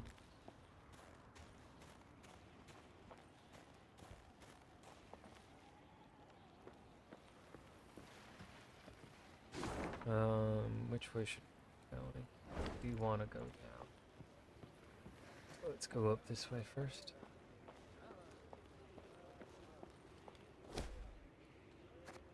Damn it! My queen, this building houses the Bank of Clan Zigran. The maker claims that, should we invest now, in a few months' time its worth will increase 3-fold. It sounds too good to be true. Should we invest anything? Modest sum. Damn it. Of course, fucking something like that shows up after we spend a shit ton of money. I'd get up. I would, Your Majesty, but my arse is frozen to the ground. Curse of Blackbrook Vale's been undone! And by a human wench! Curse of Black... Four Dwarfs Codex states it clear. If you're in a mine and something knocks, you'd do best not to knock back. Ever. I'd get up. I would, Your Majesty. Riding past a mine, Meave noticed a group of miners gathered around the entrance to a shaft. Frost had settled on their moustaches and beards, suggesting they had been there for some time. The Queen summoned Gabor and asked him to determine the reason for this sit-in. He returned after a few minutes and announced the most curious thing. They're waiting for the knocking to stop. Meave's frown prompted Gabor to explain in greater detail. According to our laws, dwarves can't go into a mine if there's knocking coming from inside. We're obliged to wait for the ruckus to quieten down. Ah, yes. Our own miners share this superstition. Reynard interjected. They say the knocking is that of a treasurer gnome, a kind of mine ghost. With all due respect, your miners are dimwits, Gabor said, patting Reynard on the shoulder. Knocking means an imminent and abrupt discharge of the potential pliable energy of rock formations. In other words, you can, a rock burst. Except usually it's all done in a day or two, whereas these lads have been waiting gone 2 weeks. Foreman's grown impatient. He'd like to send someone down the shaft, have them see what's at issue, but, well, the code forbids us from doing anything of the sort.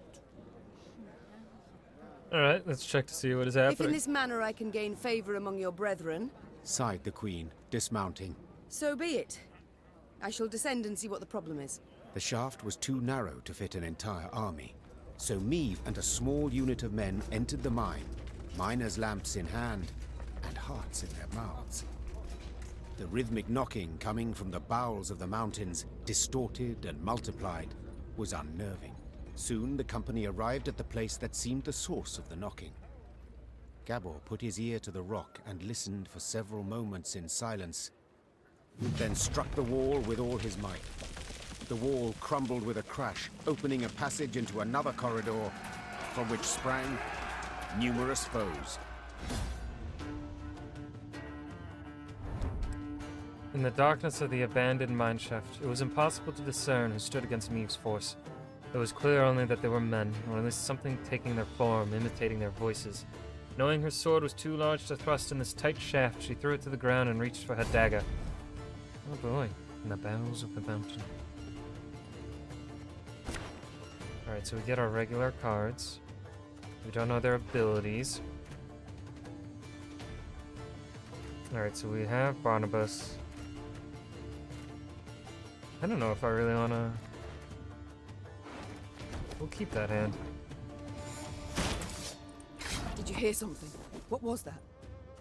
My gnome senses are telling me. Those definitely aren't ghosts. pays late. Again.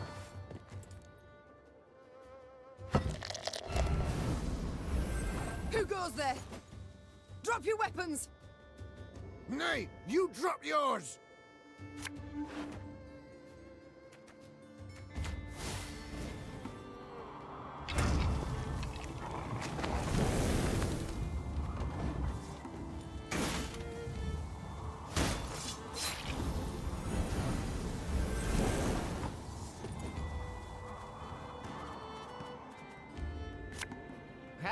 Not supposed to be any smoke.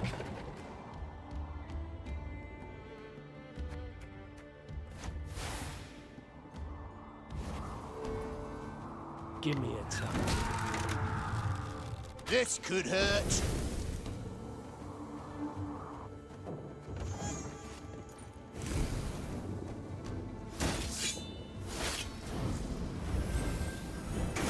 Who just grabbed me? Oh, apologies, Maeve. I thought you were raining.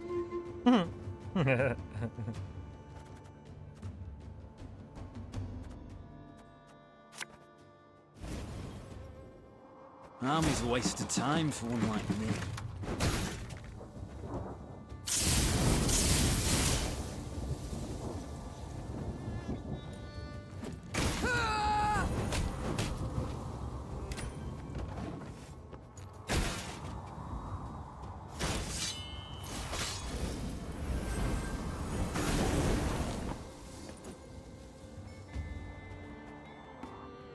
Thing about slings, they hide well.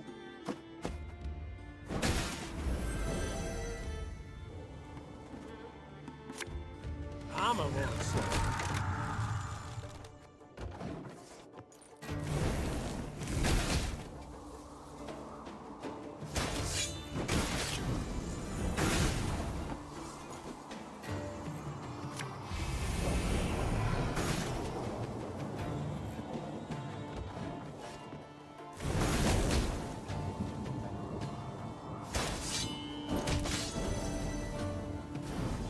Bitch. Tell me you jest. Left, right, left, right.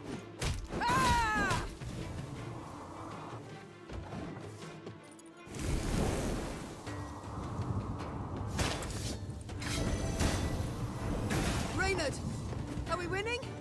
I can't see a bloody thing. Fuck, our arse is moving.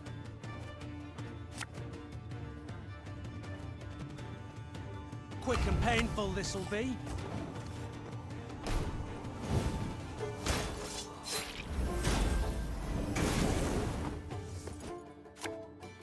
It's not too late to walk away.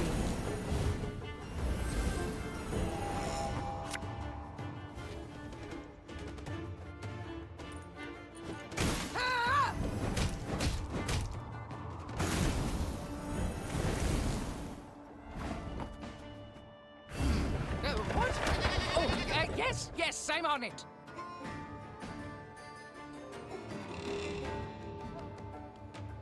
I have the highest. Do I have any damaged? I don't.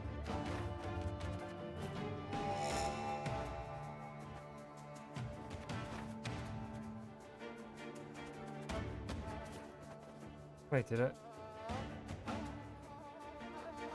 The fuck? Oh, I must have misclicked. Damn it. Stop! Stop! We surrender! Both sides were surprised. Both fought in the weak light of torches, nearly down on hands and knees. In the end, the Queen emerged victorious, and as soon as she had returned her sword to its sheath, she asked the new prisoners a question that was on everyone's mind. Who the devils are you? The captives looked at each other in disbelief, as if before them stood a ghost. Finally, one of them managed to choke out a response. Your Highness, we're your subjects. Meve recognized the accent at once. The men came from Rivia. But what were they doing so far from home? According to the prisoner's account, after the Nilfgaardians' invasion of their kingdom, terrible poverty gripped the land. Seeking bread, some desperate inhabitants had gone to the mountains of Mahakam, engaging in wildcat mining in search of precious ores. Without asking the dwarves what they thought of this, You know yourself, my queen. explained one captured Riv. They guard their treasure real jealous-like, don't care a whit about the suffering of others. They see us starving down in valley and don't lift a stubby finger. Sadly, the Rivians had dug close to existing corridors. When Gabor destroyed the wall that stood between them and the dwarves, they were convinced they were being attacked by monsters, so they raised arms in self-defense. Maeve, 'tis a tough nut to ken, said Gabor. but let's nae kid ourselves. These men are thieves, and we must hand them over to the Mahakaman Guard. So they may do what? Sentence them to hard labor, or hang them at once? Said Reynard, his usual calm shaken and his voice raised. These are your subjects, Queen. They coveted their neighbors' goods, true, but only because they had naught themselves. If dwarves left the mountains to rob the fields of Rivia, Said the Queen after some consideration. I'd want to judge them according to our laws. Like it or not, Bruverhoog has the same right. But, milady, you're us queen. You swore to protect us. From harm, yes, but not from due punishment. With a heavy heart, Meave handed the Rivs over to the Mahakaman Guard. What happened to them, I cannot say for certain. But they were not seen again. Well, boys, a wee swig and we get back to work. Well, boys, a wee... Bummer.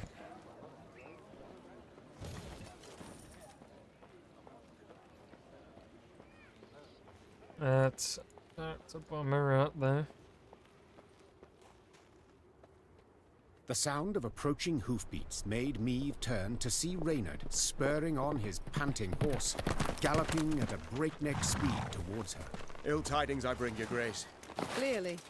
Glad tidings never arrive with such urgency. Our scouts captured a Nilfgaardian messenger. He was traveling in disguise, and by night.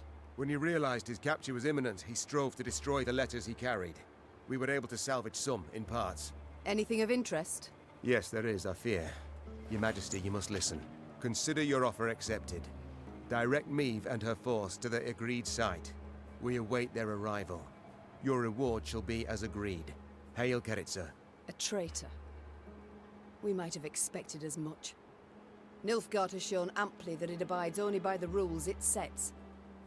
Since they have not proved able to defeat me in the field, in open battle, they seek other means. I suppose the scroll bears no name. It does not, your grace. The messenger. Have you questioned him? Naturally, your grace. Alas, he knows not to whom the letter is directed. He was to leave it in an agreed spot. I take it tidings of the whole affair have spread throughout the force? Yes, your Majesty. The witnesses were too many to keep this fact a secret. We must thus assume the traitor in our ranks knows it as well, and will make no attempt to retrieve the scroll. A dead end. Have we any other leads or clues? None, I fear, your Majesty. We must be alert. Keep a keen eye on events as they unfold, and exercise great caution in forging new acquaintances. Very My well. eyes are keen Eyes wide and open. ready. All senses attuned. Yours in particular, Reynard. Of course, my liege.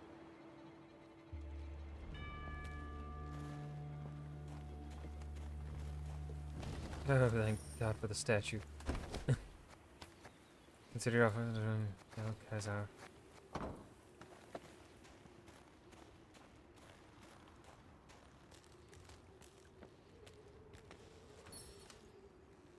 It's the debuff.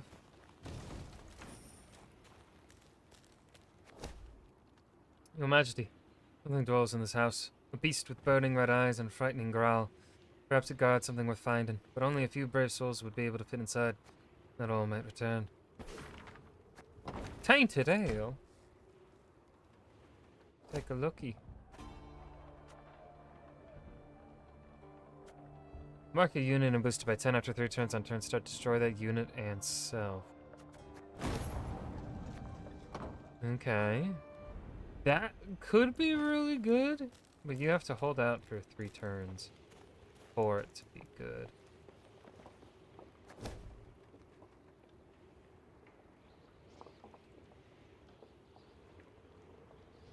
For 360 gold? No, not worth our time.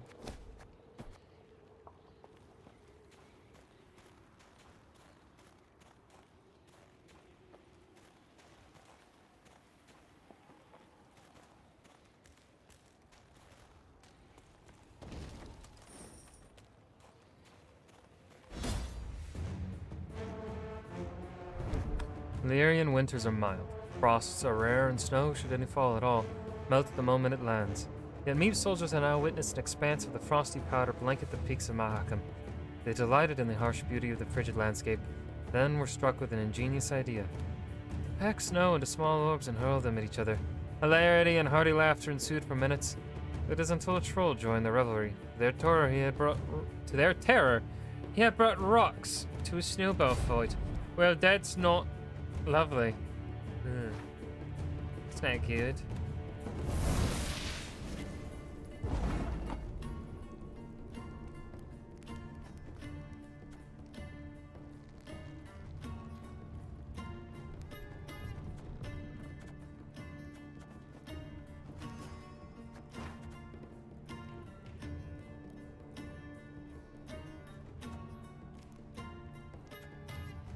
Should have listened to me, old lady. This harvest, we'll be reaping black-clad heads. Thing about slings, they hide well. My spirit's willing and how, but your boots are killing me. Hey?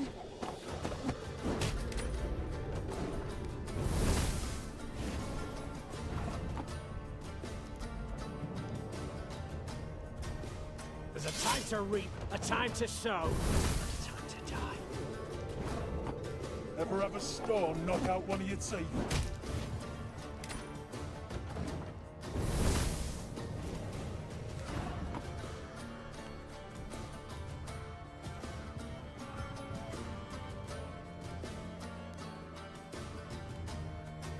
Aye.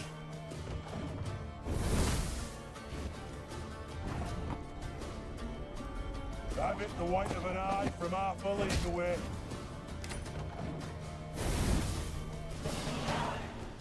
Easy. Easy fucking peasy. Oh, no treasure to be.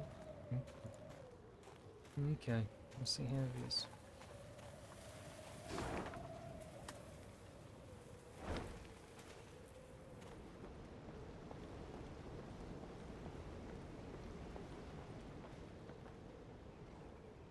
Oh, well, that's lovely. I see a problem. Meave's force neared Davor's abyss.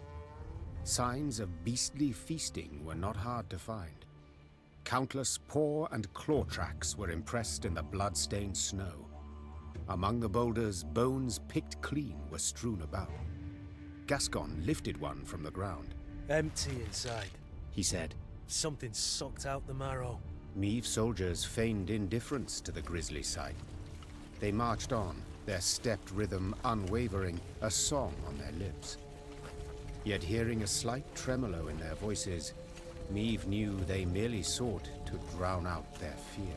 A moment later, a commander's horn sounded, the signal to halt. The Queen galloped to the fore of the column and found herself at the edge of a vast, round hole in the ground. She could not see the bottom. Meave drew her reins tight to prevent her mount from taking even one step forward. What is this? A crater? A desiccated lake? A mine of the strip variety. Gabor explained. Treasures we picked and shoveled for here. Diamonds. Till we happened on the beasts, that is. What now? Orion's a dam. Holds back a lake. If we can break it, water'll rush in, fill the abyss and the tunnels from which the beasts emerge. Just need to get around the mine first. Way down's on the other side. Meave squinted and gazed into the distance. Indeed, there was the dam.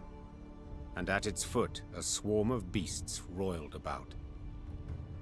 Her soldiers gazed at their queen expectantly, their arms at the ready. She knew well they would rush into battle, in spite of their fear.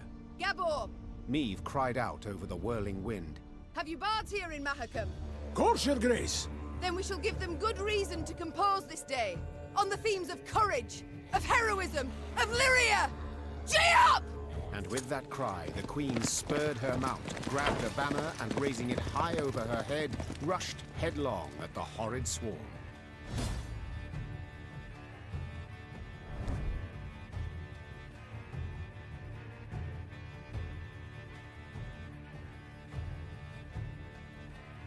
The dwarves delved deep into Davor's abyss, and from it pulled diamonds of unsurpassed quality. These stones glistened at all the courts of the north, bejeweling crowns, capping scepters, Jesus Christ, studding chalices and glamorizing ceremonial swords. Some stayed in Mahakam, though in more mundane incarnations, as drill bits or crystal cutters, for example. Yet the days of Davor's diamond delving were long past. Now only monsters crawled out of his dark abyss. Gain 7 charges in your old catapult without it being destroyed. Keep your catapult well maintained on all sides. Okay, so that means we want to have a unit probably on either side.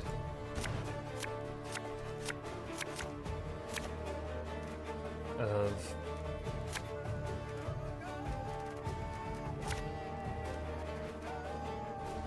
Is this a standard battle? Oh, it is.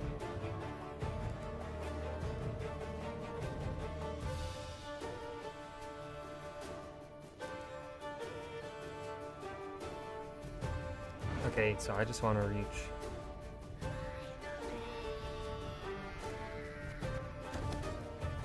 Here's the way down. We need to break through and destroy the dam.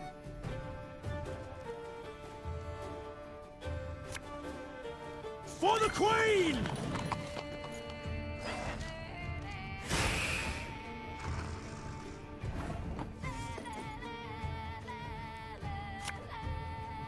I'm coming, I'm coming.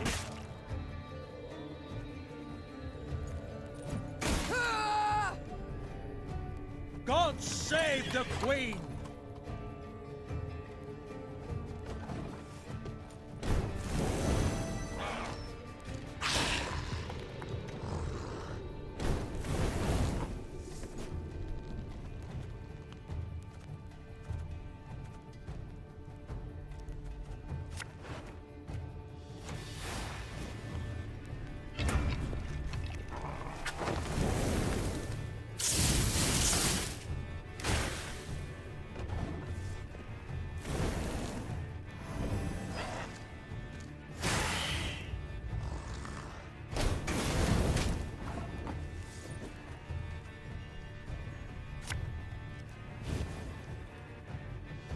Again and again and again.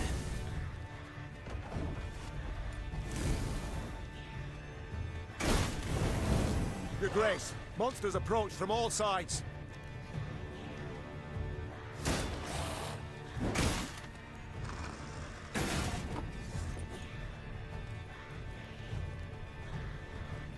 We got a job to do. Have it the white of an eye from half a league away.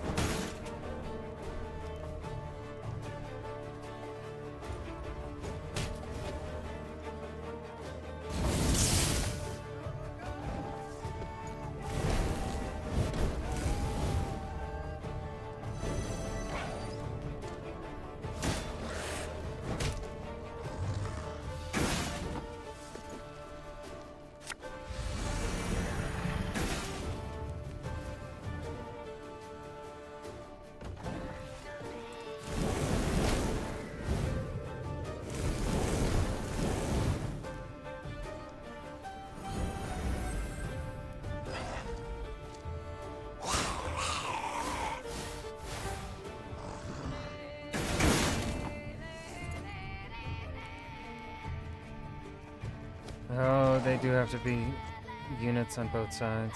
Okay.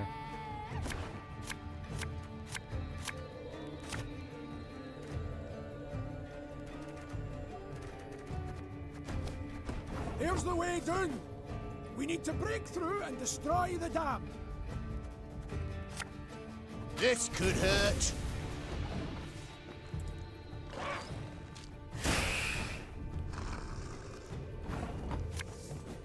Oh, Lyrian lummoxes.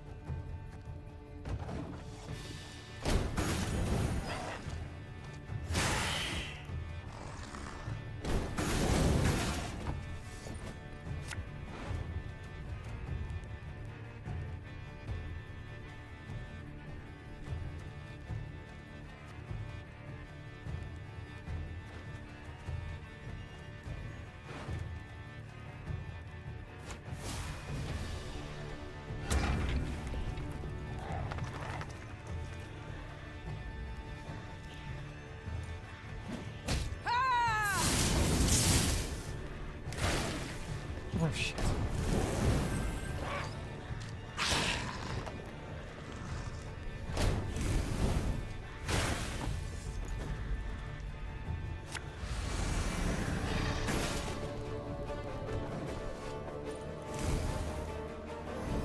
Your Grace, monsters approach from all sides.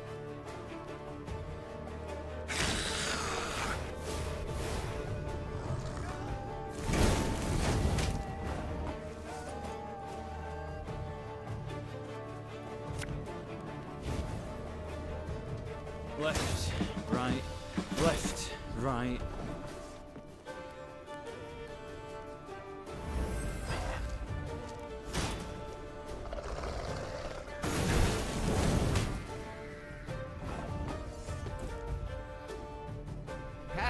Not supposed to be any smoke.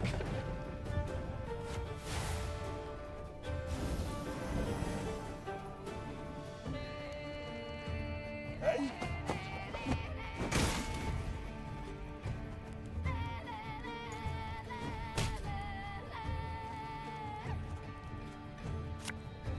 Ever have a storm knock out one of your teeth?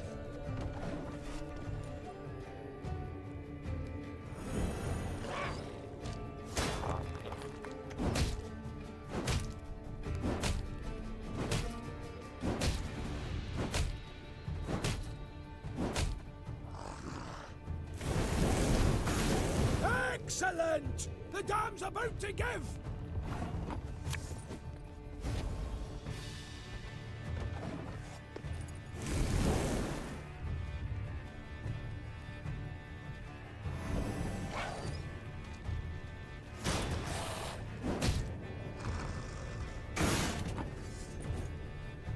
Army's a waste of time for one like me.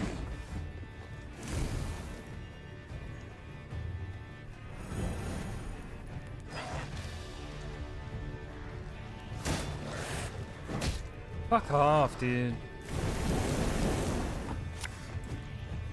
Ballista, your command.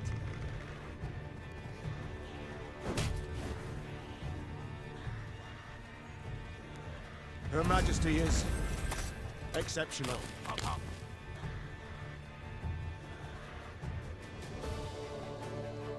Armor wants it. Make love, not war.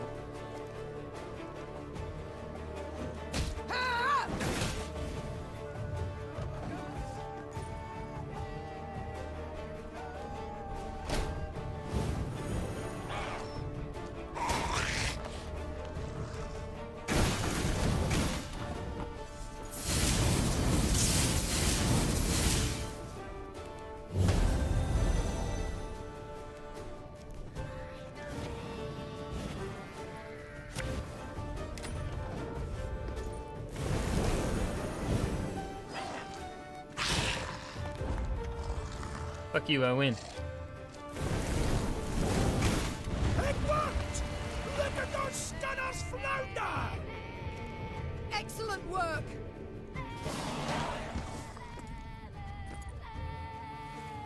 And indeed, bards sang of this battle soon after. For no claws or fangs could break through the wall of shields the Lyrians raised that day. And no scales could protect the beasts from the Lyrians' stinging arrows and blades. Fight! Do not relent! Let us show these beasts! It is they who should fear us! The Queen shouted. In the end, the beasts turned to flee, yet Meave's force cut off any chance of escape. A solid wall of men began to push the monsters ever closer to the edge of Davor's abyss. Pressed from all sides, the horrors began slipping over the precipice, screeching terribly as they fell. Blood! Silence came at last. Blood! The queen stood at the edge of the precipice, breathing heavily, leaning on her sword. From the depths of the mine came muted growls and groans. Let's flood the damn hole, Hissed Gabor. before any other shite crawls out of it. A rush of icy water suddenly rose, then just as abruptly plunged into the mine, flooding the pit. And where once lay Davor's abyss, now lay Davor's pond. Meve descended back into the pass, exhausted and covered in beastly blood, yet also exceedingly pleased. She was one step closer to dwarven support in the war against Nilfgaard. Once the Lyrians had put some distance between themselves and the now destroyed monster lair, Meve ordered her men to pitch camp. Then she sent the quartermaster off for food and drink. The soldiers lit campfires, then set aside their weapons. Soon after, lively music and song could be heard throughout the camp. Your Majesty, Reynard said from behind Meve's back. A messenger from the Elder-in-Chief. The queen turned to see a dwarf in a richly adorned jerkin and a shako with golden seams. She stifled her laugh into a smile and lifted her chin proudly, expecting praise and a pledge of aid in the war against Nilfgaard.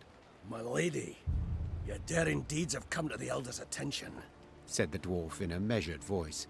He's positively irate and demands an explanation. Irate? But why? I and my men, we've aided you greatly. Elder Hugh awaits at the Long Bridge. You'd be wise not to keep him there any length of time.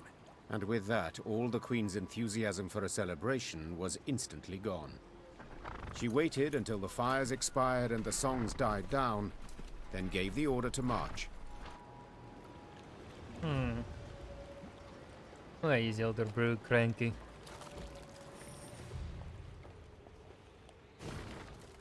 Day 234. First day of winter.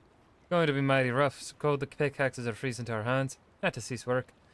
The snow has started. 2 meters a day. No plow and visibility. Chimneys barely poking out of snowdrifts. Monsters. Attacking from all sides. Hard to hold ground. Huge losses. Had to abandon the mine. Retreating to Burrow's Rump. Road return come spring. Oh, it's because we're uncovering what he did to the Fox family, or whatever the fuck they're called. So I think that's why he's a bit peeved at what they're doing. Right, there's no further route back here.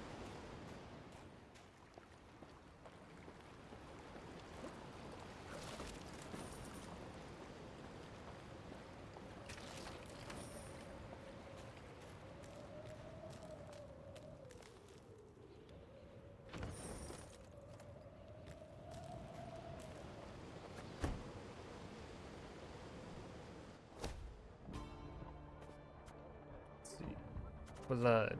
Look at 5 cards from your deck and play 2, then discard a rest.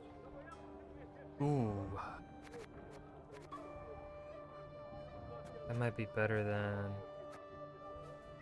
We can have cards we want to get rid of. Yeah. We can have cards we just want to toss in our deck.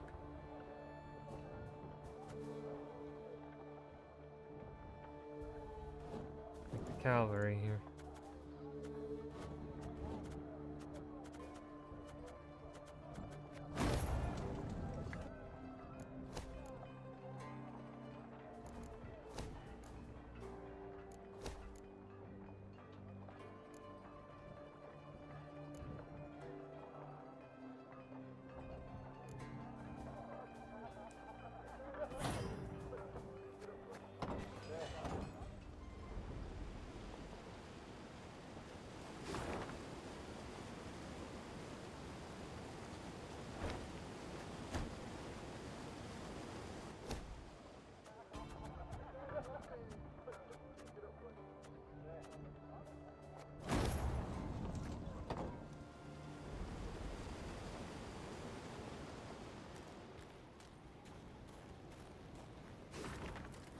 Fetch. I agree, the mine must be evacuated. Carry as much as possible of what you've excavated so far, and raise a red banner so our scouts can spy you in the snow. All Burrow's Rump looks forward to your safe return.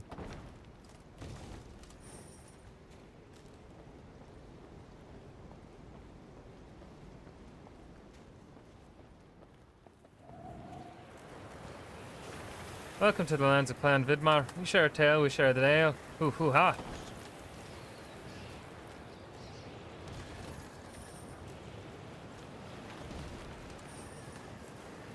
Mighty windy. It's fucking windy. Frozen, all. Only the banner moves, blown by the wind. Downright poetic. Prime material for a ballad. Perhaps even a whole saga.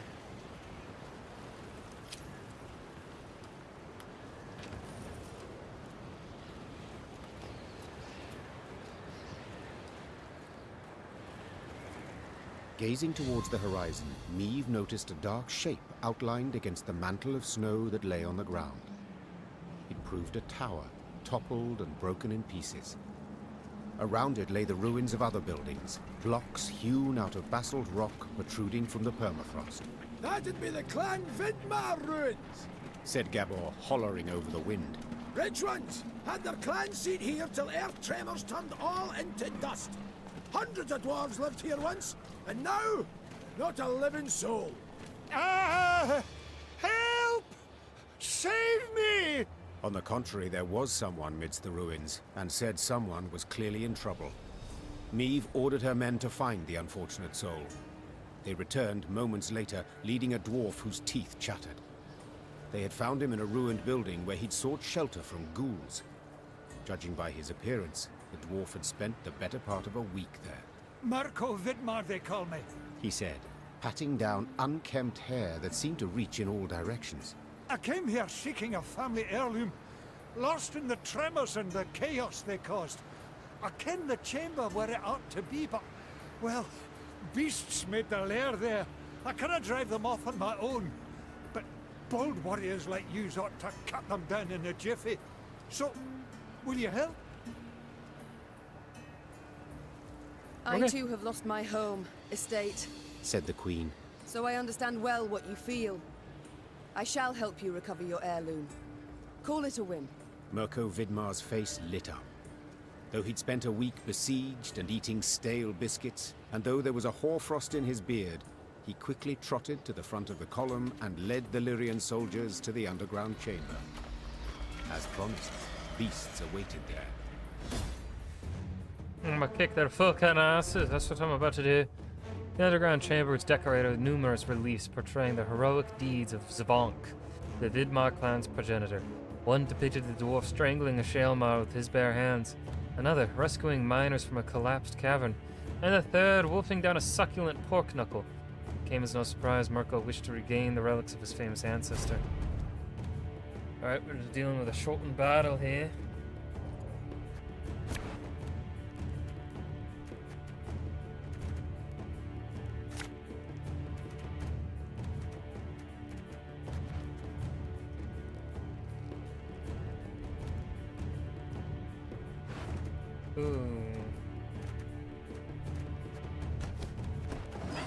Dealing with a bit. The ruins! From there they come! Drive them back!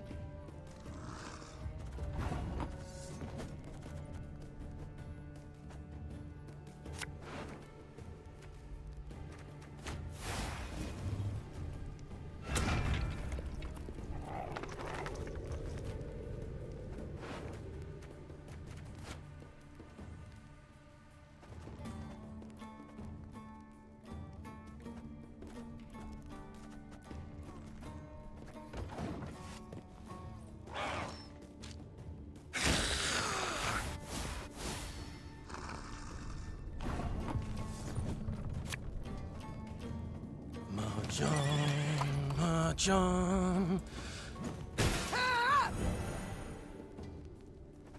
For the Queen!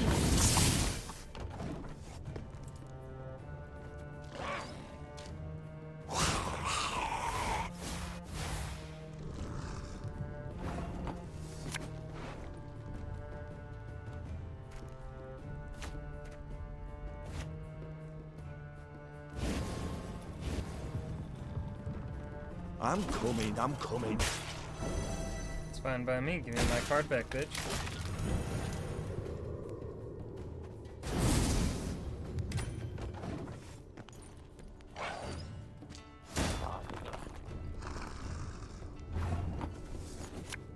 Tell me you jest.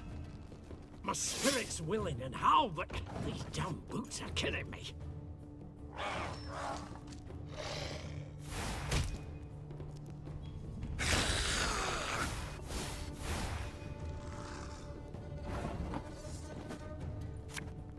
Abelisti, your command. Fuck you.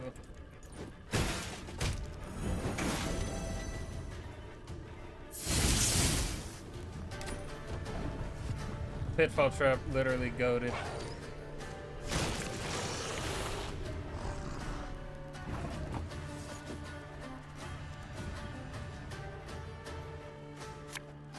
I'm a monster.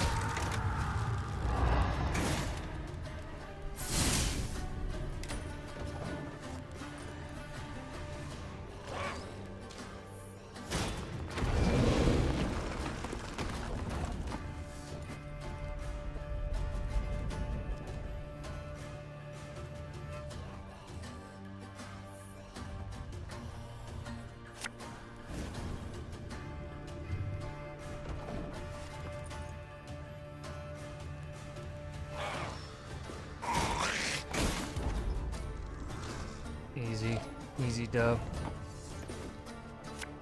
When will you ever learn?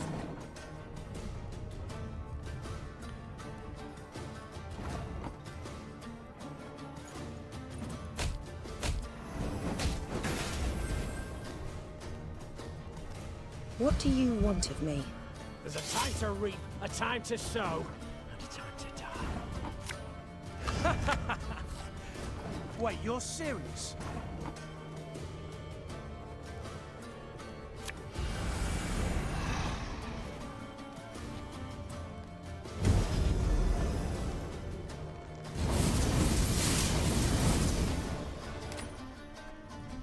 Bada boom.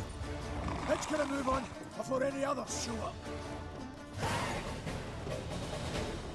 As soon as the fight was done, Mirko Vidmar ran towards a crate that stood on a pedestal, slipping on the now bloody floor. When the dwarf lifted the lid, precious stones spilled out. Your heirloom? This? Asked the queen, rather puzzled. I thought a pipe that belonged to your grandfather more likely. Golden froth. Seems to me Brother Mirko wasn't wholly candid with us. This here's no heirloom, no family souvenir. It's the treasure trove of Clan Vidmar. We thought it gone for good. Pressed for the truth, Mirko admitted no family sentiment had prompted this expedition. The dwarf had planned to leave Mahakam and start a new life among humans. Yet he did not wish to do so without sizable capital. I can't stand to stay here a moment longer. The days, all of them, they're identical. Rise with the first cockscrow, march in double file to the latrine, crap on command, 12 hours down the shaft and home to sleep. Mirko complained. Want a wifey? Put in an application, in triplicate. Care to snip your beard? Elders got to approve it. You want to add buttermilk, not cream, to your mushroom soup? Clan council's got to debate it. How's a dwarf not to get balmy? I understand the lad, no two ways about it. Gabor sighed. But I feel it's my duty to remind yous that what Mirko's going and doing here, well, there are laws. Treasure's due the Elder-in-Chief, not to Mirko, that's one. Second, any dwarf that wants to leave Mahakam can't take nothing but his breeches, his dixie, and his coat. So, brief like, consider well afore you make your decision, Your Grace.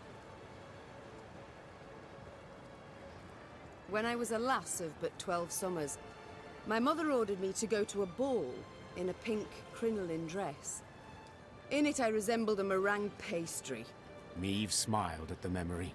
So I cut it into ribbons and fled out my bedroom window. What's that got to do with? What I wish to say, Gabor, is that I understand him. And though it be against your laws, I shall allow him to take the treasure and leave. Mirko Vidmar had tears in his eyes as he thanked the queen. Then he heaved the crate onto his back, and deeply bent over under its weight, he trudged off towards human lands. I mean, who's gonna know? Are they gonna know? I don't think they're gonna know. Where the fuck are we going? Oh, right, we're going up that way. Oh, righty.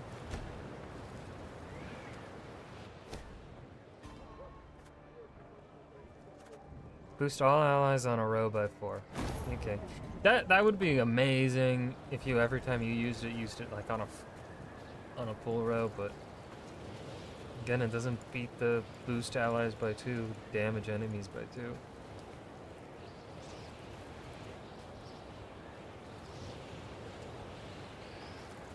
The Lyrians rode a narrow, winding path along the rocky ridge. To one side were ice-covered boulders, to the other, a chasm hundreds of feet deep. They could have at least erected some barriers, complained Gascon, knocking snow from his cap. Got plans for that? Gabor said. Just need to decide how high to make them. What? Think. Should they be the height of your average dwarf or a human? The debate's gone on for 20 years. On the one hand, you've got... Gabor did not finish his discussion. He was interrupted by the Baba Ghazi that jumped down from the rocks. Archers! The Baba what? Shoot! Aim for underbelly! Neve soldiers made quick work of the lone monster. But the sound of battle spooked the horses harnessed to one of her wagons. Whoa there! Whoa, damn it! The driver tried to rein in the animals, but could not. They dragged him into the chasm along with his cart and the soldiers riding in it. They landed a few dozen feet below on a rocky outcropping. A moment later, Baba Ghazis swarmed everywhere. Did you see how they fared? Anyone left alive? Asked Neve, leaning over the cliff edge.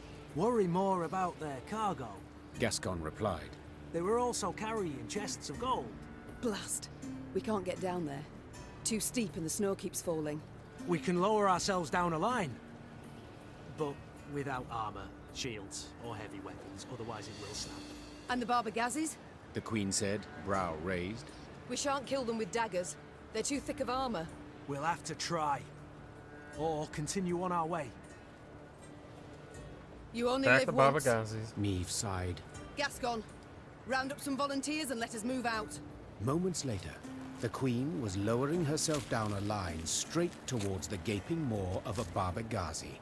Her only Still armor, don't know what a that woolen is. Shirt. I'd like to know. Ah! Is that a Baba Ghazi? Ugh, that's disgusting. Neve's parents long refused their noble-born daughter lessons in the art of the sword. Yet nevertheless did she train in secret, wearing a blouse instead of armor, a kitchen knife in place of a sword, imitating the maneuvers she witnessed at knightly tournaments. Now, forced to fight without proper equipment, her childhood exercises would prove more useful to her than she could ever have imagined. Eliminate the Baba Ghazi. Alright.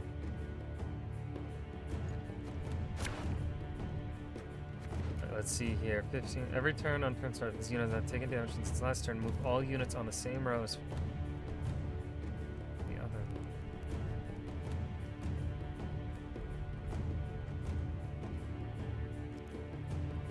Okay, so we want...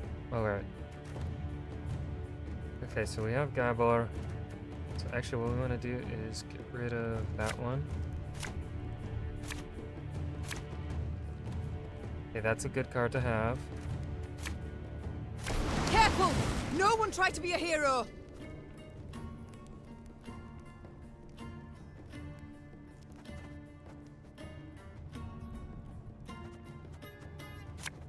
Okay, put the pikeman there. Late. Again. Damage. Ah! Okay, as long as there's a unit on the right. I'm done in a jiffy. Oh, I could... No, I want to play the 2 trinkets.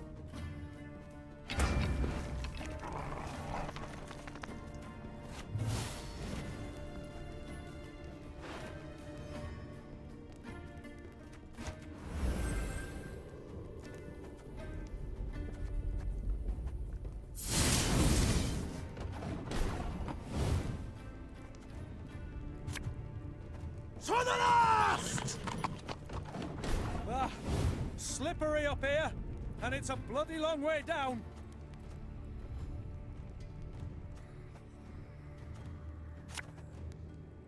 Thing about slings, they hide well.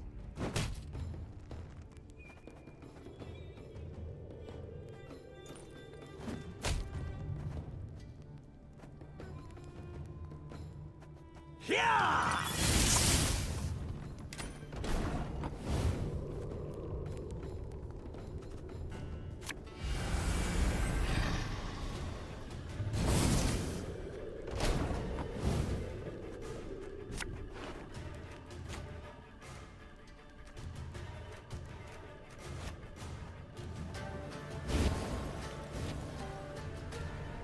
Armor now, sir. I win. Bereft of sword and shield, Meve could not withstand a single blow. She thus danced atop the frozen snow, deftly dodging the Barbegazi's lightning-fast strikes, while delivering but a few well-aimed hits of her own, to their eyes, ears, and gaping jaws. When the last monster fell lifeless to the ground, Meve walked up to the shattered wagon. The soldiers it had carried were bruised, frostbitten, but alive. Your Grace, we were sure you'd leave us. A good ruler never abandons her folk. Nor her gold. Gascon interjected, while securing a rope to a chest. Soon enough, all were safely back on the path. The admiration Meve saw in her soldiers' eyes was in itself sufficient reward for her difficult battle. Okay, so now...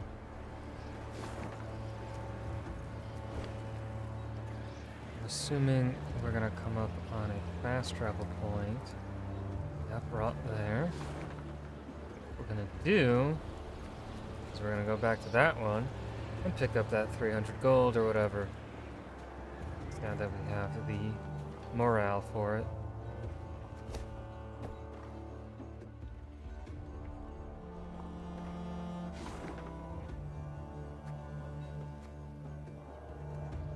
Baba Bing.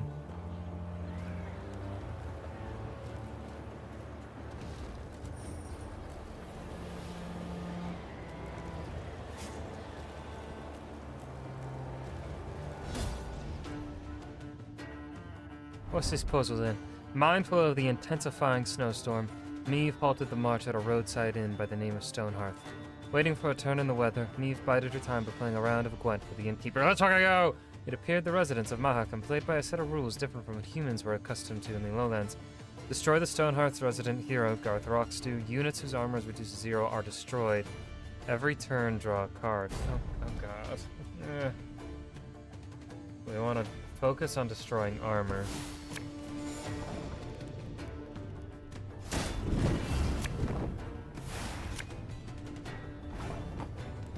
You know, every turn.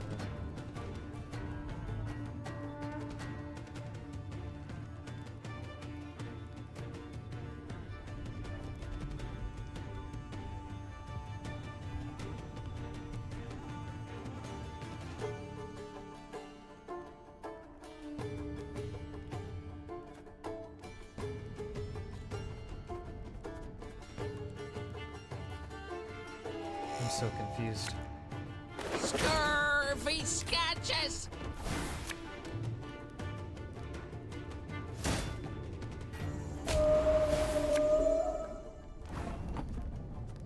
Oh, I understand.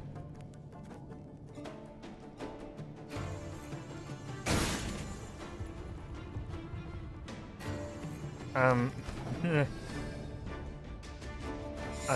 gonna look this one up. Because I don't understand it. Thronebreaker, Mahakam, Went, Stone, Hearth.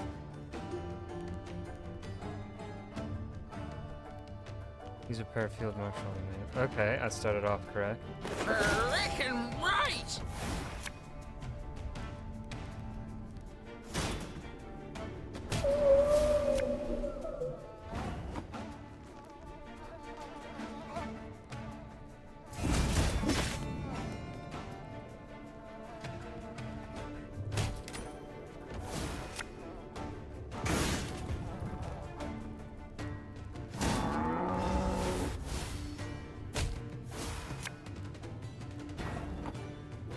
Let's see.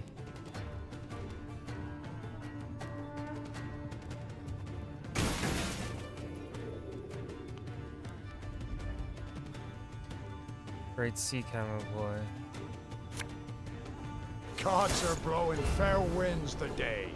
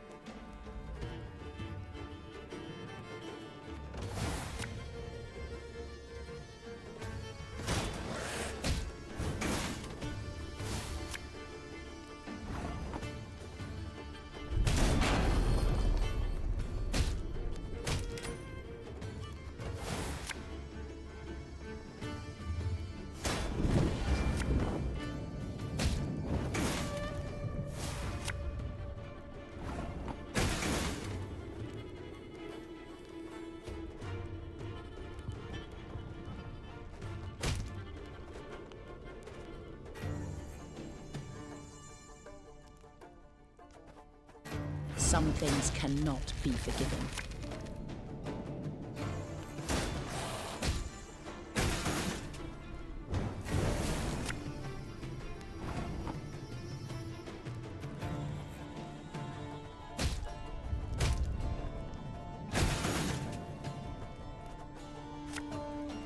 Follow me this way.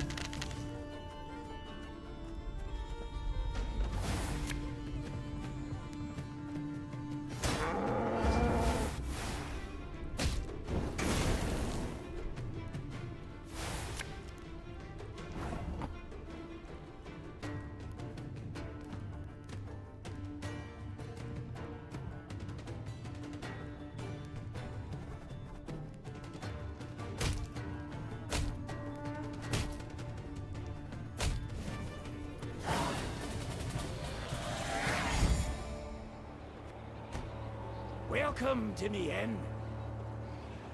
We've many folk today, but there's always room enough for more. Good to see you again. Welcome to me.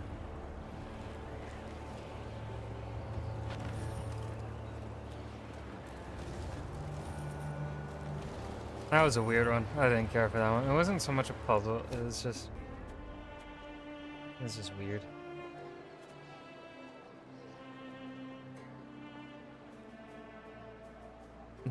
Where is it? Spawn and play 2. Ooh.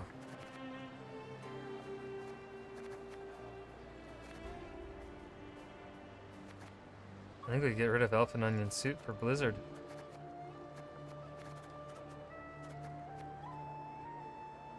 Though I might get rid of... No. I think I'd get rid of the Return an Ally. I've not been really using it all that much. I think we can get more use out of the bronze card than keeping... Though, of course, in regular Gwent, the decoy is literally the best... Well, in Witcher 3 Gwent, the decoy is the best card. A fresh snow today. Got a blow before too long. Bring a rush down. Oh, go let up a Shilmar's ass. Braving the snow in those meagre courts, are ye? Truly. Throw yourselves here for a spell afore moving on. Oh, go let up. Thank you. Thank you, thank you, thank you. Awfully kind of you, good sir.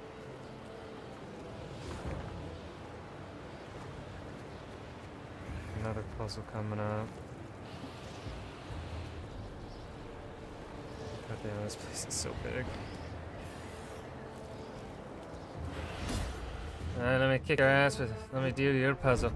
The fact that Elder Brewer Hoog had finished spring cleaning did not mean that passage was safe. Off the beaten track, amidst icy, windswept ruins, beasts yet skulked, eager to ambush naive travelers who strayed too far from the road. Eliminate both the reckless and the shrewd vampires. Don't let any more of your soldiers get seized. Use your leader's ability. Oh shit, okay. Both the reckless and shrewd vampires. Do not let units get seized. Every time seize the highest unit on the Apsara and move it to your allied range runner.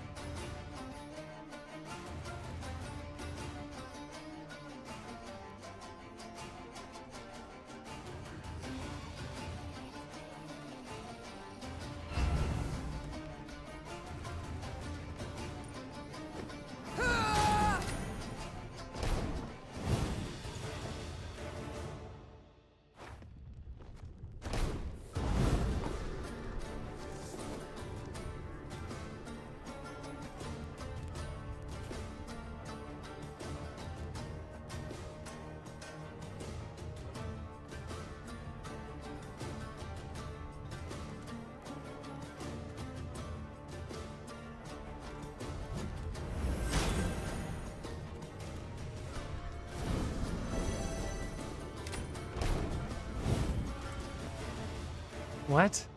Okay, this is stupid.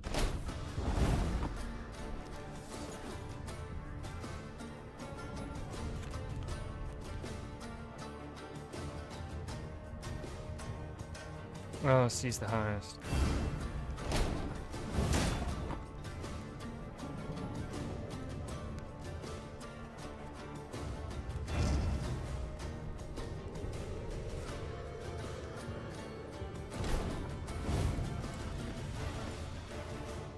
Oh, wait. Is this one lowest? Okay.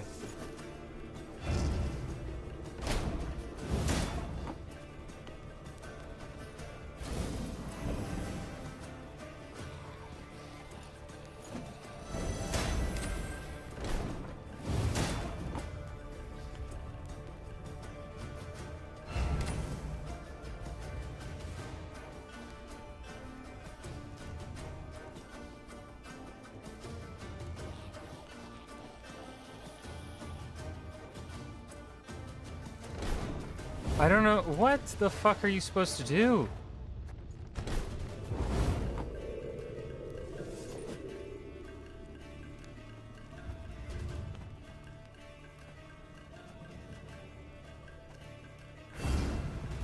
Okay, they'll seize the highest.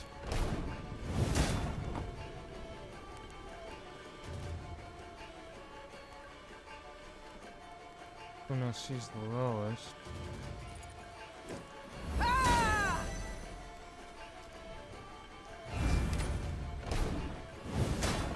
Now they're gonna seize the highest.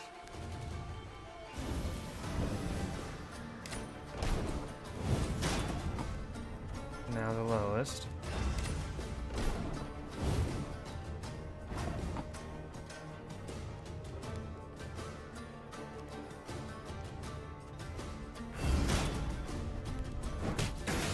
There we go.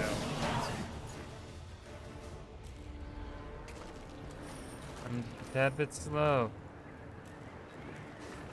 The Workers' Commission has determined that the nasty stench floating around Crag Pass gold mine is not, in fact, a fart, voltas or otherwise, but is caused by methane fumes. As a result, please heed the following. Do not enter the mine until the stench is cleared. Under no circumstances. Do not come within 30 paces of the mine's entrance with a flame. Apologize to Volta for any inconvenience you've caused her.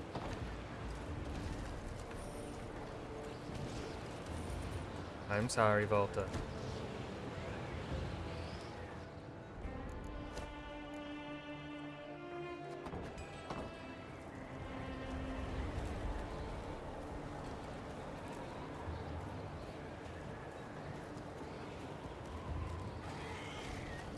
Well, I think we'll deal with this fight while we have the morale boost. Get over there, you bitch. Suddenly, a piercing shriek came from above. Giving no chance to react, a large creature swooped down from the sky and plucked up an unfortunate infantryman. His blood was splattered across the snow, leaving a crimson trail straight to the beast's nest. Alright, this is a regular battle. On round start, spawn a harpy on each side of this unit for fortunes and turn to the low units. Okay, so we've got that.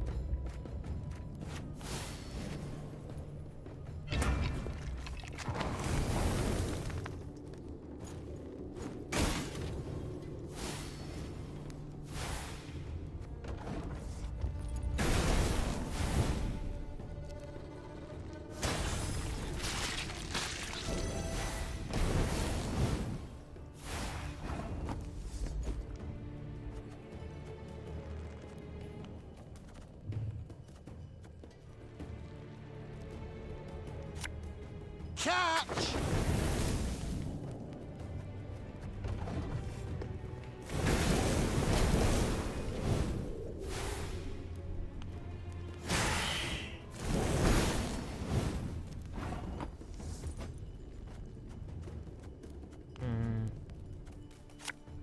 Hey?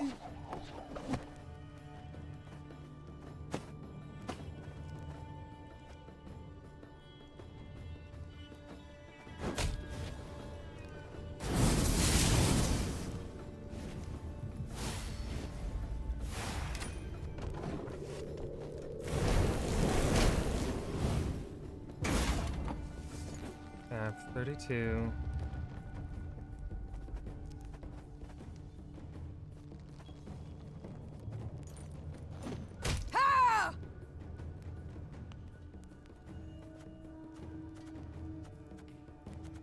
Play this. Probably enough. Ever have a stone knock out one of your teeth?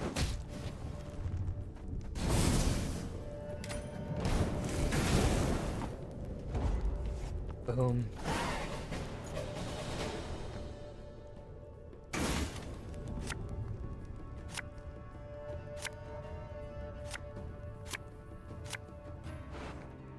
Let's get rid of...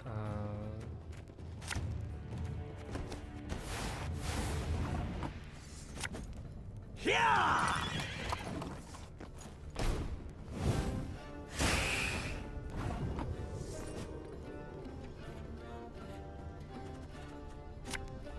Left, right, left, right. March on, march on. Get rid of that beefy unit.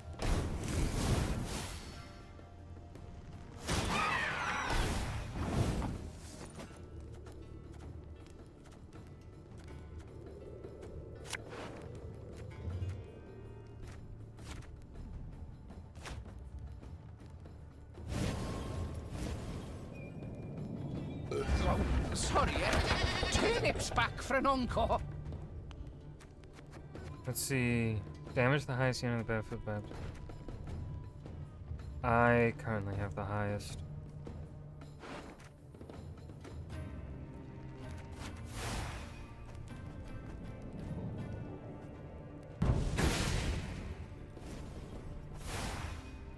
Ours is not to reason why. My spirit's willing and how, but these damn boots are killing me.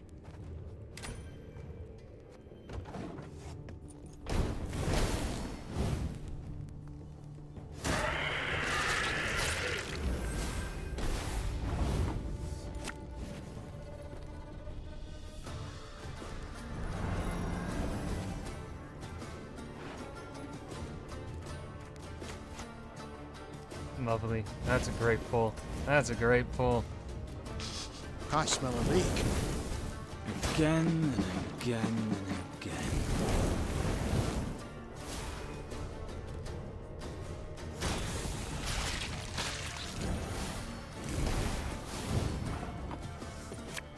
Fear not. We shall achieve our goal. A time to reap, a time to sow, and a time to die.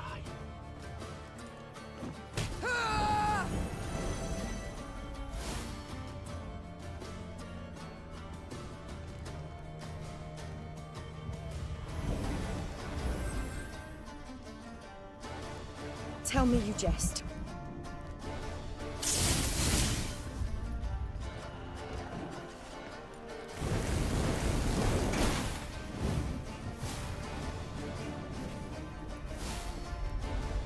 I don't think I can lose.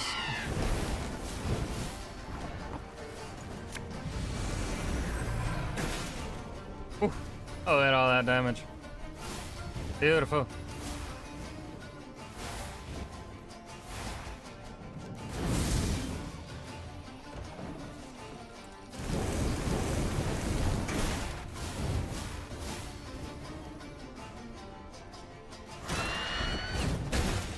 Rude.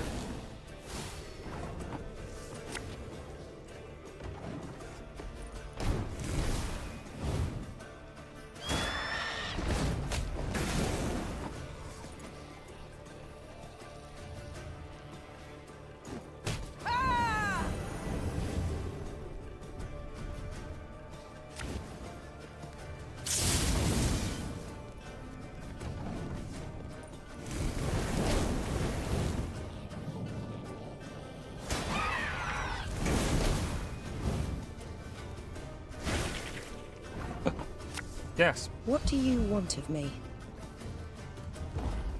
Shouldn't have done that, but whatever. There's no way you can catch up, though.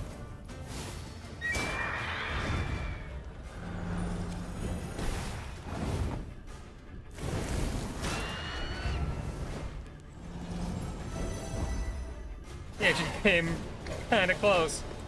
50 points, but way closer than I thought he'd be able to get.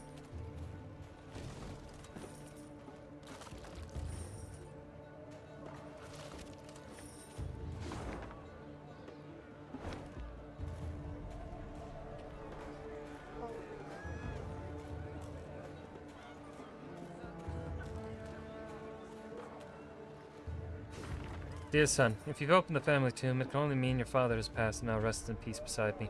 Please, do not grieve, for this is the way of life. Always has been, always will be. You're the head of this family now. It won't be an easy undertaking, but fret not. I set aside a sizable sum for this very day. You'll find it where we used to watch the sunset. May your future be long and bright, your mum. Var, var, var, var, var, var, var, var.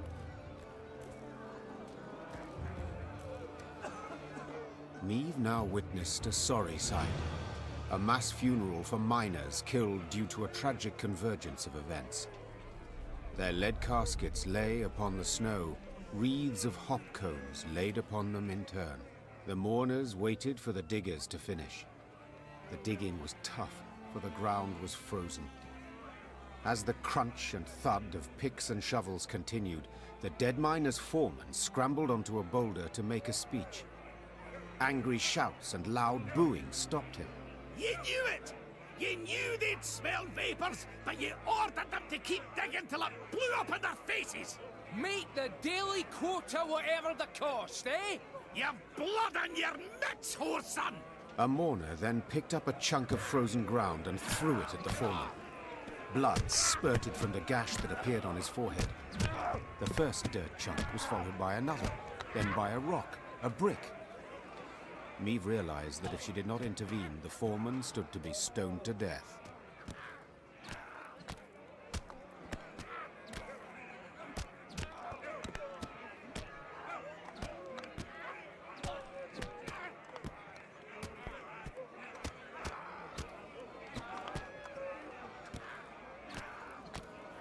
Meve resolved not to meddle in dwarven affairs. She did not know what Mahakam's laws would make of the situation, nor was it certain the accusations against the foreman were true. Yeah. She spurred her horse and led her force away, quickly leaving the cemetery and the turmoil behind. Knew there'd be a stink cause of this. Now, a speech for the foredwarf. Rot slow, ya whoreson. Now. Maybe I should have intervened and gotten...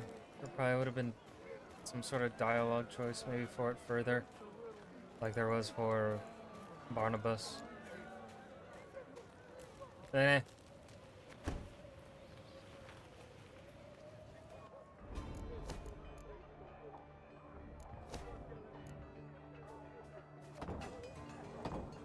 That's gonna be where I'll stop for today, though. We made some good progress. We're almost done with this map, and I think there's. Why do I feel like there's probably 2 more maps to go? 5 maps or something. I don't know. We'll be I think we'll be finishing this at least next week, though. So yeah, let's see if there's anyone to raid. Y'all, thank you for lurking. There he is. Ah, shut up, ads. There is no one to raid, so. Y'all, thanks for lurking. I shall be. Oh, wait. I thought for a second today was Thursday. No. I'll be live tomorrow. More of this, probably, so. Goodbye. Yeah.